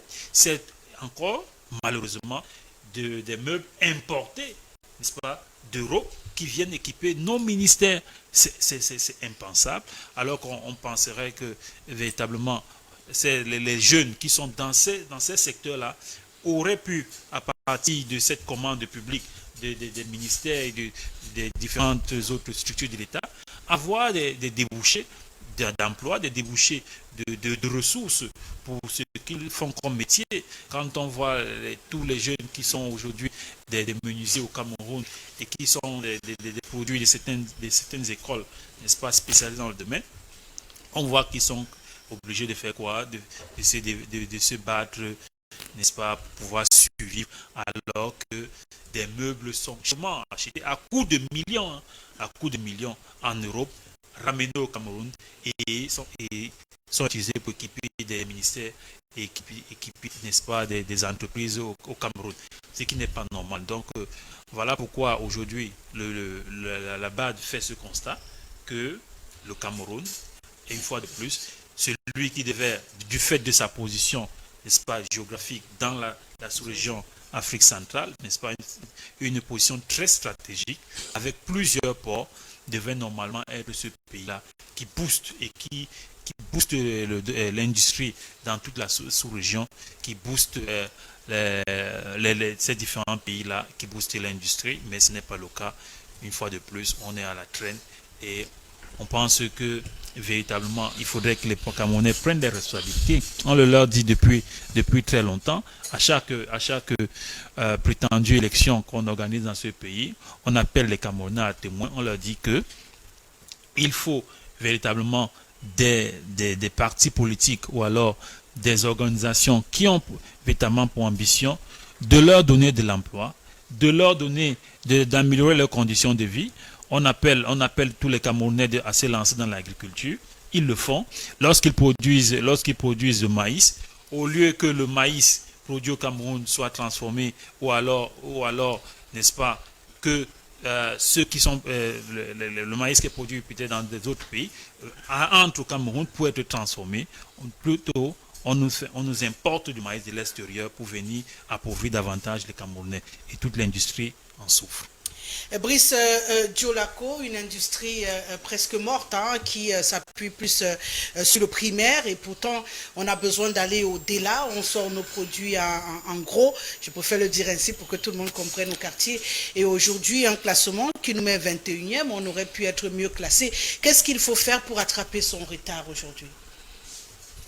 D'abord, je voudrais rappeler à ceux peut-être qui ne connaissent pas, mais je suis convaincu que tous ceux qui nous regardent connaissent, ainsi que nous ici sur le plateau, que pour se développer, pour s'industrialiser, un pays a besoin d'au moins de 3 leviers, disons 4. Les sources d'énergie, les capitaux, la matière première. Alors, qu'est-ce que le Cameroun n'a pas? Le Cameroun a tous ces 3 éléments. On n'a pas d'énergie. On a des sources. Oui. Non, on n'a pas d'énergie. On a des sources, mais malheureusement, on n'a pas d'énergie. Alors, lorsqu'on réunit au moins ces 3 éléments, on se rend à l'évidence qu'il y a un réel problème de gouvernance. D'ailleurs, avant que ce régime n'arrive, vous allez vous rendre compte que plusieurs entreprises industrielles ont été fermées, emportant sur leur chemin des milliers d'emplois. La Cellucam n'existait plus. Je peux réciter au moins 45 entreprises. Et parmi les 45, nous aurons au moins 15 industriels, c'est-à-dire les entreprises chargées de la transformation, qui ont été fermées sous l'ère régime président Biya. Comment se fait-il qu'aujourd'hui, ce classement de la Banque africaine de développement puisse inquiéter certaines personnes, puisse étonner certaines personnes? Allez un peu à IDEA, vous verrez comment les parents pleurent. Ceux qui ont connu des grandes entreprises à IDEA, vous verrez comment ils pleurent. Ils vous disent depuis qu'on a fermé les entreprises, nous n'avons plus rien à faire. Nous sommes partis, même nos droits n'ont jamais été payés. Alors, lorsque vous avez des scandales, comme par exemple celui de Nastigal, où on vous fait de longs pangas, où on vous fait comprendre qu'on a produit de l'énergie. Mais pour transporter cette énergie, il faut avoir le double du capital qui a nécessité à la production de cette énergie. Vous pouvez poser 1001 questions. Vous comprenez pourquoi le Cameroun peut même être dernier même en Afrique centrale en matière d'industrialisation. Lorsqu'on vous parle de l'axe Douala-Bafoussam, je dis bien de l'axe national Douala-Bafoussam, Qu'est-ce qui peut vous surprendre dans ce classement? J'espère que pour s'industrialiser, il faut au moins ces éléments. Et si le Cameroun, les décideurs ne mettent pas sur pied des politiques qui puissent favoriser le développement de ces éléments, il est impossible de s'industrialiser. Je prends par exemple dans le secteur éducatif. Nous sommes tous nombreux aujourd'hui à dire qu'il faut réformer le secteur éducatif. Nous produisons des ingénieurs, des personnes, parmi ces ingénieurs, il y en a qui sont capables. Mais d'autres, lorsque vous vous rendez compte en entreprise, ils ne sont pas encore prêts. C'est-à-dire qu'ils n'ont pas la compétence nécessaire, le savoir, le savoir-faire, le savoir-être, qui peuvent jumeler dans l'ensemble pour résoudre un problème donné. Vous vous rendez compte qu'ils ne sont pas encore compétents. On se pose donc la question, avec tous ces éléments réunis, comment nous pouvons être industrialisés. Mais néanmoins, lorsque un régime en place qui a mis sur pied certaines politiques qui n'ont jamais marché parvient à se maintenir, est-ce qu'on doit aller dans la même lancée? Je vais prendre certains programmes qui ont été mis sur pied par le régime. Je parle par exemple de l'impôt aux substitutions. Vous savez, moi j'enseigne les douanes et le transit. Il faisait allusion d'ailleurs tout à l'heure. On a cru à ce Made in Cameroun, voilà, qui semble être un slogan pour voilà, l'instant au pays. On a cru à un moment donné que la politique d'impôt aux substitutions, nous étions d'abord, moi particulièrement, j'étais l'un des premiers à dénoncer cette politique d'impôt aux substitutions. Je disais que les éléments ne sont pas réunis pour mettre en application cette politique. Pourquoi? C'est une politique qui date des années 70. Le gouvernement a tout simplement copié de ce qui s'est passé en Amérique du Sud, c'est-à-dire en Argentine. Parce que lorsque vous enseignez l'impôt aux substitutions, vous allez vous rendre compte que ça a commencé en Argentine. Ensuite, le Brésil, l'Équateur, bref, tous les pays de l'Amérique du Sud. Et avant qu'on ne mette sur pied cette politique, il a fallu d'abord développer certaines infrastructures sur le plan national. Alors, vous allez encourager quelqu'un à importer une machine agricole qui déjà va transformer de la tomate qui vient par exemple de l'Ouest et bien d'autres. Mais sauf que pour faire sortir la tomate des champs, il est presque impossible. La quantité même que cette machine doit consommer, doit transformer en 1 heure. Il n'est pas possible de la voir au niveau de Douala où les machines seront installées. Alors il fallait d'abord désenclaver les bassins de production, former le personnel dans l'utilisation, la maintenance de ces machines et bien d'autres. Et aussi subventionner des projets locaux, ce qui n'a jamais été fait. Lorsque vous regardez comment le Brésil, l'Argentine ont appliqué la politique d'impôt aux substitutions, vous allez vous rendre compte que c'était une mesure vraiment cosmétique. Les gens se sont assis, on dit qu'est-ce qu'on peut vendre à la population aujourd'hui pour se maintenir. Alors créons, disons qu'il y a un concept d'impôt aux substitutions. Et pourtant c'est un très bon concept. Sauf qu'il y a des préalables. L'impôt aux substitutions, s'il y avait des préalables qui avaient été mis sur pied, rassurez-vous, ça devrait marcher. Pourquoi? Parce que là, on vous dit il y a plusieurs avantages fiscalo-douaniers qui vous permettent, par exemple, de faire entrer la marchandise, de faire entrer des machines agricoles, plusieurs secteurs, de la pêche, de l'industrie animale et bien d'autres qui ont été mis sur pied. Il y a même des arrêtés qui ont classifié certains articles qui nécessitent des exonérations douanières et bien d'autres. Mais, lorsque vous importez ces machines-là, est-ce que l'énergie que nous avons peut supporter? C'est là un gros problème. Vous comprenez très bien. Une machine à déplumer le poulet au marché de Passy dernièrement. Mais seulement la lumière ne suit pas. On est obligé encore de retourner avec des couteaux et tout. Exactement. Pourtant, quand il réussit à faire marcher cette machine, c'est rapide dans les poulets et ça déplume. Si cet opérateur économique avait bénéficié des mesures fiscalo-douanières de l'impôt aux substitutions, dites-moi ouvertement en quoi cette machine-là l'aurait servi. Absolument à rien. C'est la raison pour laquelle nous insistons à dire qu'il faut mettre sur pied des préalables avant certains programmes. Et alors, lorsqu'on a des échecs de politique publique comme ça, il est possible que le Cameroun soit le dernier en matière d'industrialisation en Afrique. Regardez un peu le Gabon. Lorsque vous étudiez un peu les politiques publiques, notamment l'économie du Gabon, vous vous rendez compte que ce sont des personnes pragmatiques. Regardez la Guinée équatoriale qui aujourd'hui a une deuxième capitale. Observez un peu les vins spirituels et liqueurs que nous consommons ici au Cameroun. La grande quantité sort d'où? De la Guinée équatoriale. Je suis dans le secteur d'import et export. Ce n'est pas fabriqué en Guinée. Il est bien vrai que parmi il y en a qui sont fabriqués en Espagne. Ça vient des Canaries. Mais rassurez-vous, regardez même le secteur extractif en Guinée équatoriale, les mines et bien d'autres. dans la plupart des cas, ce sont des entreprises guinéennes. C'est ce que certaines personnes ont de la peine à vous dire. Je dis bien, ce sont des entreprises guinéennes qui ont été des adjudicataires des marchés d'extraction et de la première transformation de certains minerais au Gabon ou en Guinée. Mais au Cameroun, ce n'est pas le cas. Donc, il est fort possible que ce rapport de la Banque africaine de développement fasse un grand crédit. Et rassurez-vous, c'est une goutte d'eau qui tombe sur la peau du canard, hein, parce que ça va glisser là et passer, malheureusement. Et la vie va continuer, docteur Niamsi Mpoudi. On peut retourner, on peut réussir à inverser la tendance. D'après ce que j'ai lu, l'État du Cameroun compte sur les choses comme le port de Kribi, la libre circulation dans la zone CEMAC et tout ça pour se relever et changer la donne pour améliorer son classement. Il y a des moments dans ce pays où on pense souvent que docteur Niamsi dit des choses pour faire plaisir.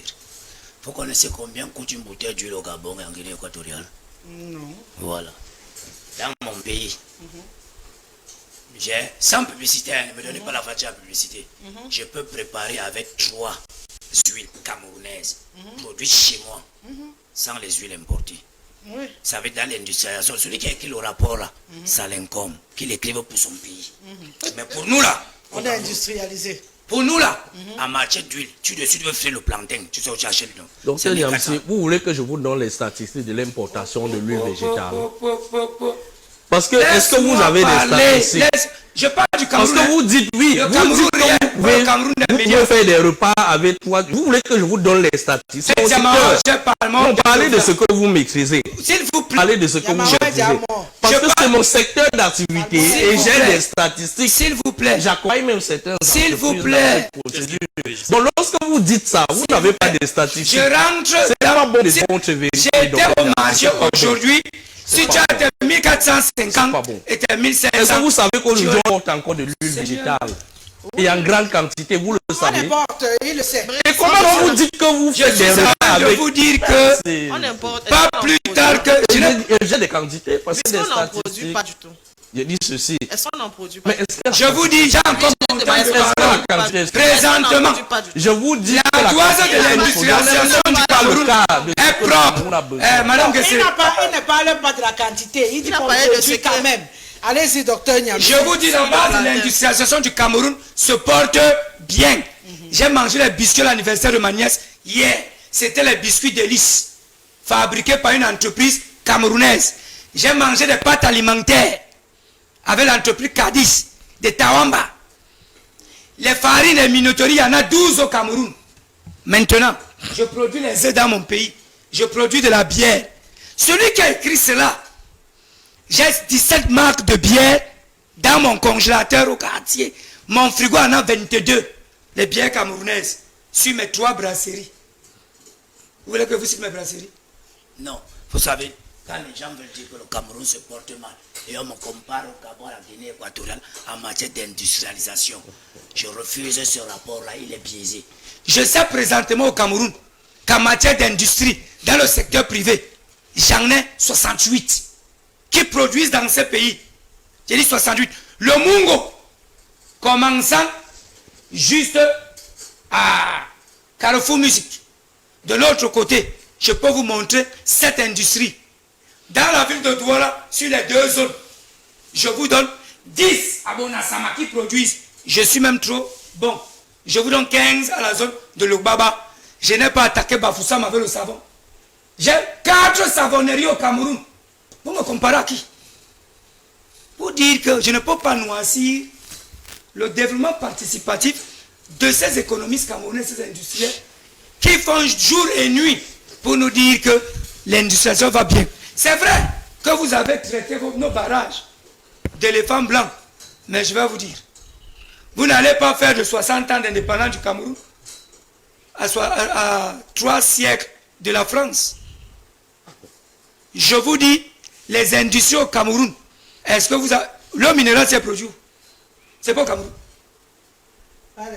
J'ai 11 industries d'eau minérale au Cameroun. Pas des Camerounais que vous avez vu à la peau blanche. N'est-ce pas? Ils sont de nationalité camerounaise. Leurs industries sont sur nos terres. Allez enlever ça au ministère du Commerce. Maintenant, ça là, il va de tous ceux qui pensent que nous n'avions pas d'industrie. Mais à me faire une comparaison avec la Guinée équatoriale et le Gabon, ils sont loin derrière moi. Très très loin derrière moi et je le refuse. Si vous m'avez parlé du Nigeria, j'allais vous donner les mains. Si vous m'auriez parlé d'un pays comme le Maroc, je vous donnerai les mains. Je vous donnerai les mains pour avoir fait Meknex. Non, c'est clair que je vous donne la tête du classement, c'est le Maroc qui a... Mais je refuse que le Gabon et la Guinée équatoriale soient devant moi. C'est biaisé. C'est biaisé. Voilà le classement. Donc ce classement, il faut le revoir sur le Gabon. C'est la position du Gabon et de la Guinée qu'il faut... Seigneur, j'ai 7 marques de savonnerie au Cameroun. Faites au Cameroun. Le Gabon peut donner 7 savonneries. J'ai déjà 7 savonneries. Mais ce que vous oubliez, que la matière première du savon, les corps gras qui constituent la matière première du savon sont importés. C'est ce que vous oubliez. Je suis en train de dire que j'ai un savon C'est ce ici. que vous oubliez. Le sabou est fait au Cameroun. Ce que vous ignorez est que le soc est fait au les Cameroun. entreprises braticoles importent de la matière première de l'étranger. J'ai dit que ma bière est transformée au Cameroun. Les brasseries du Cameroun sont une industrie camerounaise. UCB fabrique là, tel sur Andoximbi. Je sens l'odeur. C'est cacao. Donc pourquoi on vient me dire... La bière fabriquée au Cameroun, le maïs vient d'où? Du Cameroun. Non, pas du tout. J'ai vu Le les maïs est sacs. importé. Je ne suis pas dans l'afro-pessimisme. Je vous dis, j'étais au marché ce matin, au marché Sanaga. J'ai vu les sacs de maïs. Donc tous les rapports dilettants que vous voulez dire qu'il n'y a pas le maïs au Cameroun. Aujourd'hui, le bassin agricole de Ngaoundéré m'a montré le maïs jaune. Il est là. J'ai bu la bulle et les beignets à Bali. À 17h30, cette femme a transformé le maïs en bouillie. Maintenant, je sais que C'est une industrie ces là-bas. hommes politiques. Eh ben, bien sûr. Monsieur, j'ai le maïs dans les grandes surfaces au Cameroun, made in Cameroun, transformé ici. J'étais à Bekoko, j'ai vu le tapioca transformé au Cameroun. Donc, pour vous dire qu'à un certain moment, nous les hommes politiques, nous voulons peindre le Cameroun tout en noir. Et aujourd'hui, comme ils disent que le Gabon et la Guinée peuvent avoir un classement au-dessus, j'ai les larmes aux yeux, je dis, je refuse. Et tous ceux qui me suivent savent que nous refuserons parce que ça ne fait pas quelques jours, j'ai fait Ebibé et Dina et la ville de Bata. Monsieur, j'ai compris que l'eau minérale est chère. Au Cameroun, j'ai 12 bouteilles d'eau minérale en concurrence sur le marché. J'ai 7 bouteilles d'huile en concurrence sur le marché.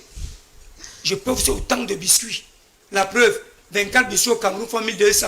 Faites les ratios fabriqués par les entreprises camerounaises. Donc pour moi, le Cameroun n'est pas noir, nous vivons bien, nous mangeons bien. Le plat de euro coûte 500 francs. Aujourd'hui, 2 œufs C'est spaghetti. l'industrie. Permettez-moi, mais c'est l'industrie traditionnelle. On transforme le manioc en watafoufou et à grande échelle. Alors je refuse pas me traiter. Madame Gisele, Vous êtes sur la transformation primaire.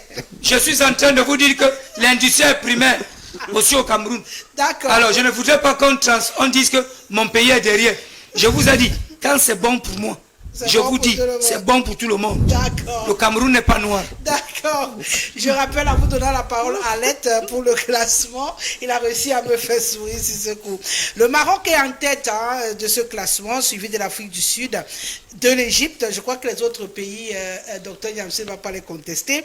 La Tunisie, l'île Maurice, l'Algérie, l'Oswatini. Ce pays qu'on a affronté ici dernièrement, il grandit. Hein, Ça ne il peut est pas déjà être devant classement. moi. Non, il C'est est devant devant. sur quelle base? Le Sénégal, la Namibie, la Côte d'Ivoire, le Kenya, le Gabon, la C'est qui est RD normal. Congo, le Nigeria, dont tu Je la sais. Et parlais. le Sénégal ne peut pas passer par le Nigeria. Je ne Pourtant, sais le pas. Sénégal est avant le Ils Nigeria. ont donc fait une erreur. Le De Botswana. Pékin à Tiaroy, Laissez en que passant je par donne Cambérène, j'ai vu l'information. quelle industrie. Non, c'est pas vrai.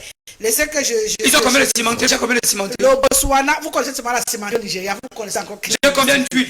le Botswana, l'Ouganda, la Guinée équatoriale, le Ghana, la Zambie, la Libye et après le Cameroun.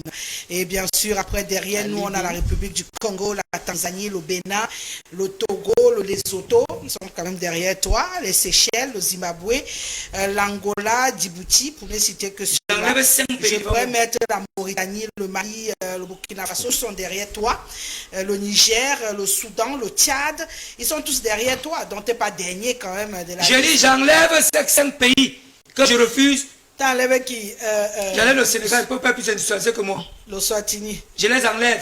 Le Gabon, la Guinée. Oui. Le Sénégal n'est pas plus Ils ne industriel. peuvent pas devant moi. Le Sénégal, c'est 3 villes. C'est Dakar, Kaolack et Thiès. Vous savez qu'ils ont envoyé une fusée sur... vous savez ça, non? Ils ont envoyé... envoyé Sabara Souankara, le combat, Ouais. Mohamed Al-Foreman. Vous êtes, Ça prouve que la RDC est derrière moi, un indice. C'est ce que les gens écrivent. La RDC est classée devant toi. On Ah, y va exactement. avec, Ils ne peuvent pas. je Je les enlève Bon. du classement. Moi, mes industries, je les cite. Merci, remplacer la BAD. On va écouter également l'approche d'Arlette. Une BAD qui est en location en Côte d'Ivoire. Alors, c'est intéressant parce que c'est une étude de la Banque africaine de développement. Donc, on ne va pas accuser les Occidentaux d'avoir commandité ça. C'est nous-mêmes les Africains qui avons... La passé BAD était en utilisant d'aller louer les maisons en Côte d'Ivoire. Hein. C'est toujours Elle est en en location Afrique. en Côte d'Ivoire. C'est toujours Et en lorsque Afrique. le Cameroun est en retard dans les paiements, on peut me servir ceci. C'est toujours en Ces pays ne c'est toujours peuvent en pas être Afrique. derrière. C'est toujours en Afrique. non? Bon, ils sont en location en Côte d'Ivoire, mais ils n'ont pas fait de la Côte d'Ivoire le premier pays dans le classement. Sinon, on aurait cru. Donc, c'est intéressant que ce soit la Banque africaine de développement qui nous sorte cette étude-là. Maintenant, on peut faire le choix de se bomber le torse comme Dr Niamsi. C'est un choix.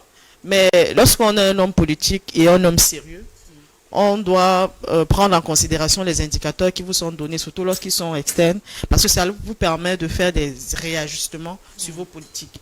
Parce que cela démontre qu'il y a des réajustements que nous devons faire. Et c'est légitime que vous ayez des pays comme le Gabon ou la Guinée qui soient devant, parce que quand on veut faire une étude comparative, hein, si vous regardez l'industrie de l'extraction au Cameroun, le Cameroun produit à peine 65 000 barils jour de pétrole, Il est quand dans vous les comparez au Gabon qui est à 100 000, 200 000 barils par jour. Vous comprenez qu'en termes d'industrie, c'est l'une des industries les plus lourdes dans tous les deux pays, c'est-à-dire au Cameroun comme au Gabon, c'est les industries les plus importantes. Les autres industries arrivent comme l'agroalimentaire, elles arrivent, mais elles ne peuvent Je ne pas déclare pas suivre. encore mon pétrole. S'il vous plaît, je suis Nous encore sommes en train- politique sectorielle. Je ne déclare pas encore mon pétrole.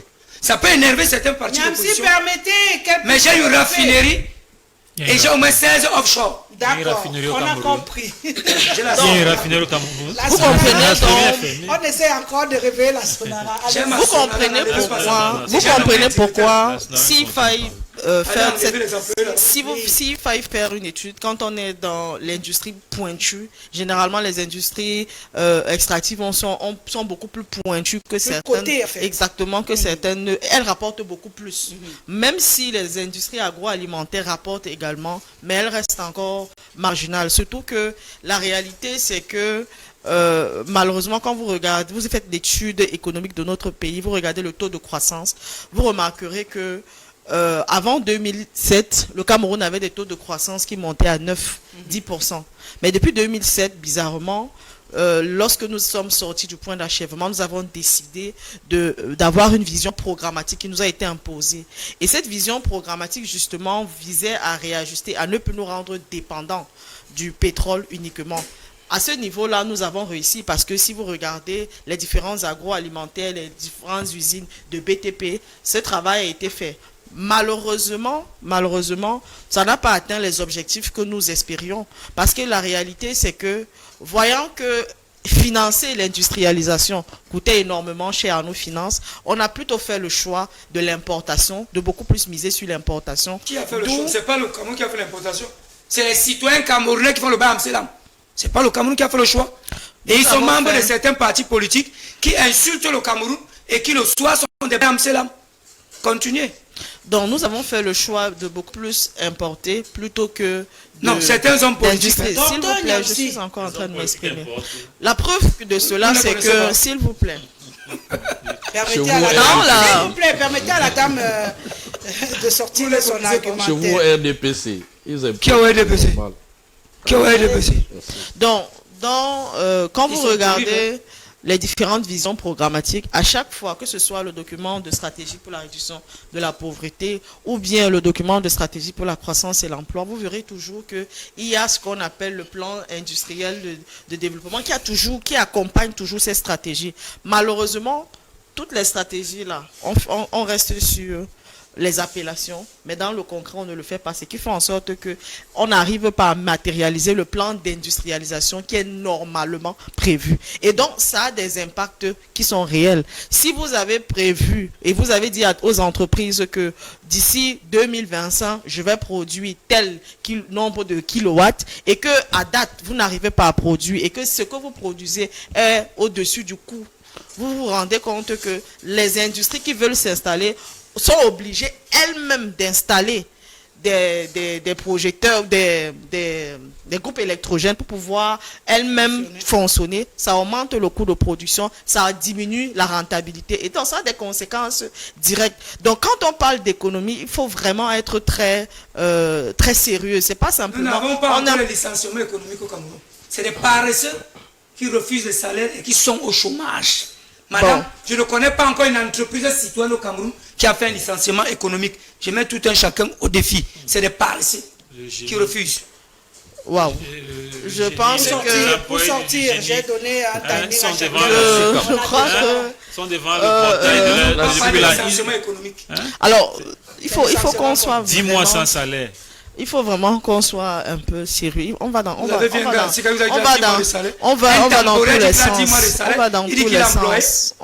tous les sens. Et c'est un peu dommage parce que c'est un débat tellement technique que ça ne nécessite pas forcément. Il n'est pas technique pour les hommes politiques qui veulent nous peindre la République en noir. Fini. Alors, comme je disais, c'est tellement un débat technique que c'est vraiment délicat de toujours vouloir mélanger beaucoup de choses parce que c'est vrai, on peut faire preuve de patriotisme, mais le patriotisme, c'est aussi d'accepter qu'on a des failles et qu'on fait des planifications qu'on n'arrive pas à tenir. Et pendant que nous ne tenons pas à nos promesses, nos voisins tiennent à leurs promesses. Nous sommes par exemple, voilà le Bénin qui est derrière nous, par exemple en termes d'industrialisation. L'industrialisation du Bénin est forcément en train d'être mise en place. S'il vous plaît. Est forcément en train de...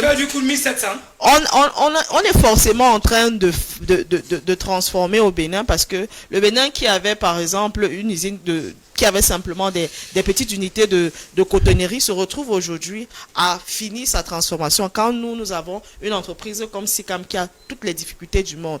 Vous voyez, parfois, vous pouvez avoir une unité qui est en train de produire, mais le secteur est en train de mourir parce que les investissements et les choix stratégiques n'ont pas été les meilleurs. Et donc, ça a un impact sur la qualité de vos usines. Ça a un impact sur votre rayonnement. Et c'est sur ces éléments-là qu'on nous juge. Et ça, et sur ces sujets-là, on ne tâtonne pas. Quand vous entendez que Sicam importe maintenant les produits, les pagnes pour distribuer aux Camerounais, c'est complètement ahurissant. Qui a vu cela? C'est complètement ahurissant d'entendre, même d'imaginer. Le simple fait la Sicam peut sous-traiter une partie de son travail et non importer. Vous voyez, je dis non. Voilà donc la différence. Vous voyez donc la différence. Vous avez des pays qui sont en train de s'industrialiser au point où ils finissent la chaîne de production, pendant que nous, dans les chaînes de production qui ont été pensées par Aïdjo, parce que ce sont des chaînes de production qui ont été pensées depuis Aïdjo, on est toujours dans le secteur primaire. On ne change, on n'évolue pas, on ne s'améliore pas, on n'évolue pas. Et donc ça a des conséquences terribles sur notre classement. C'est logique. C'est une minute. Oui. C'est une minute, Mathieu Rembiol. Qu'est-ce que vous vouliez rajouter? Je voudrais tout simplement dire que je pense que les jeunes nous écoutent. Et les jeunes des différents instituts universitaires du Cameroun nous écoutent, en particulier ceux de l'Institut des sciences halieutiques de Yabassi. Ils nous écoutent et se demandent où sont ces industries qui devraient leur permettre d'avoir des emplois, n'est-ce pas, avec une production abondante de poissons, plutôt que de donner l'exclusivité à un opérateur économique, n'est-ce pas, qui a l'exclusivité d'importer tout le poisson de l'Europe pour venir le vendre au Cameroun. Et voilà que les jeunes de l'Institut halieutique de Yabassi n'ont pas d'emploi.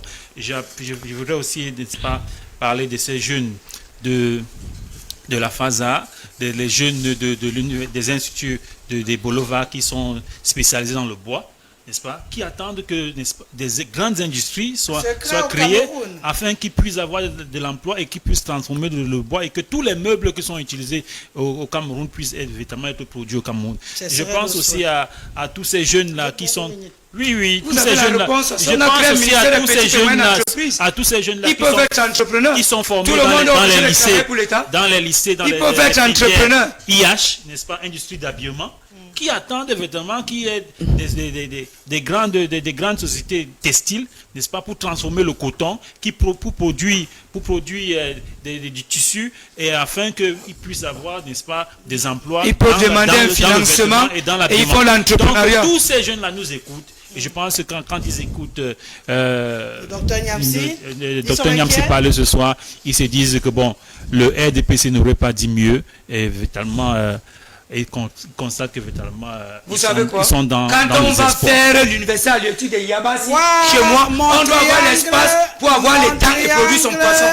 Tout le monde n'est pas fonctionnel au Cameroun. Ville fantôme du fait que nous ne disposons plus de véritable industrie. Hier, Fleuron, qui aurait dû rendre mon pays émergent, bientôt 3 décennies avec des certifiés qui l'ont bâti malheureusement une caste de décideurs politicatron fantasmagorique, bientôt 4 décennies et plus avec des agrégés qui l'ont désagrégé pour rendre mon Cameroun moribond parce qu'incapable de disposer de l'énergie nécessaire en vue des différentes ressources naturelles, sans oublier les infrastructures routières de qualité. Niamsi, il faut parler des industries primaires. Quelle honte. C'est Thomas Massok. Rosalie, Dr Niamsi a pris quoi aujourd'hui? Ça fait 2 émissions, on me demande ce que Dr Niamsi a pris. Moi j'ai vu des industries. Bonsoir le plateau. Demandez à Dr Niamsi de prendre sa carte du R et qu'il nous laisse tranquille. Il ne fait que crier. Je lui conseille une chaîne où il pourra être un consultant principal qui suive mon regard. Bonsoir le plateau. Je suis souvent d'accord avec Dr Niamsi, mais les entreprises mettent les employés dehors avec des motifs économiques et non parce que les employés licenciés sont des paresseux. Je vais citer cette entreprise, il s'agit de la société Duval Arnaud Distribution. Il y a des vagues de personnel licencié pour motifs économiques. Je peux vous envoyer en direct ma lettre de licenciement si vous le voulez, bien certifiée dessus, des licenciements abusifs masqués sous ce label. Donc, il y a des licenciements pour le problème économique. Bonsoir le plateau, s'il vous plaît madame la présentatrice, dites à Niamsi que s'il ne se maîtrise pas ou s'il ne maîtrise pas le sujet, qu'il laisse les experts s'exprimer sur le plateau. C'est Charles qui signe ce message. Tout le monde doit travailler au Cameroun. On veut les entrepreneurs. Bon, votre message, monsieur, est hyper long, vu le temps qui j'ai déjà, je pourrais pas. Tous les messages très longs, malheureusement, je ne pourrais pas, parce que je sais que ce sujet, les messages sont hyper longs, je vous comprends, vous voulez développer. Bonsoir, Rosalie. Niamsi nous empêche de suivre le débat et il dit qu'il est enseignant. C'est quoi son problème? C'est Salomon depuis Yaoundé. Je ne sais pas où se trouve son problème. Moi, je vais vous remercier d'avoir... J'ai vu les industries au Cameroun. Jusqu'à présent, nous-mêmes, on a vu. Si on est dans le classement, ça veut dire qu'on a des industries sur le plateau. aussi Un bête que pays ça. industrialisé ne manque pas de route. Et actuellement, j'ai 10 tonnes de maïs à Lompanga. Mais il n'y a pas moyen de vendre. Merci, Dr Niamsi. Qu'il vienne, on va lui donner un camion à Douala. Il vient. Merci, Il vient, je lui donne un camion. Briol. Et Il merci vient. à toi, Arlette Poupa. Merci à l'équipe technique qui était mobilisée encore ce soir. Christian Toumbou et Philippe Ioum. Merci à la coordination générale qui reste signée de Madame Dinali. J'aime à vous le dire, entre être et ne pas être. Nous avons choisi d'être LTM Télévision parce que le bonheur, c'est simplement ici. À demain, 21h.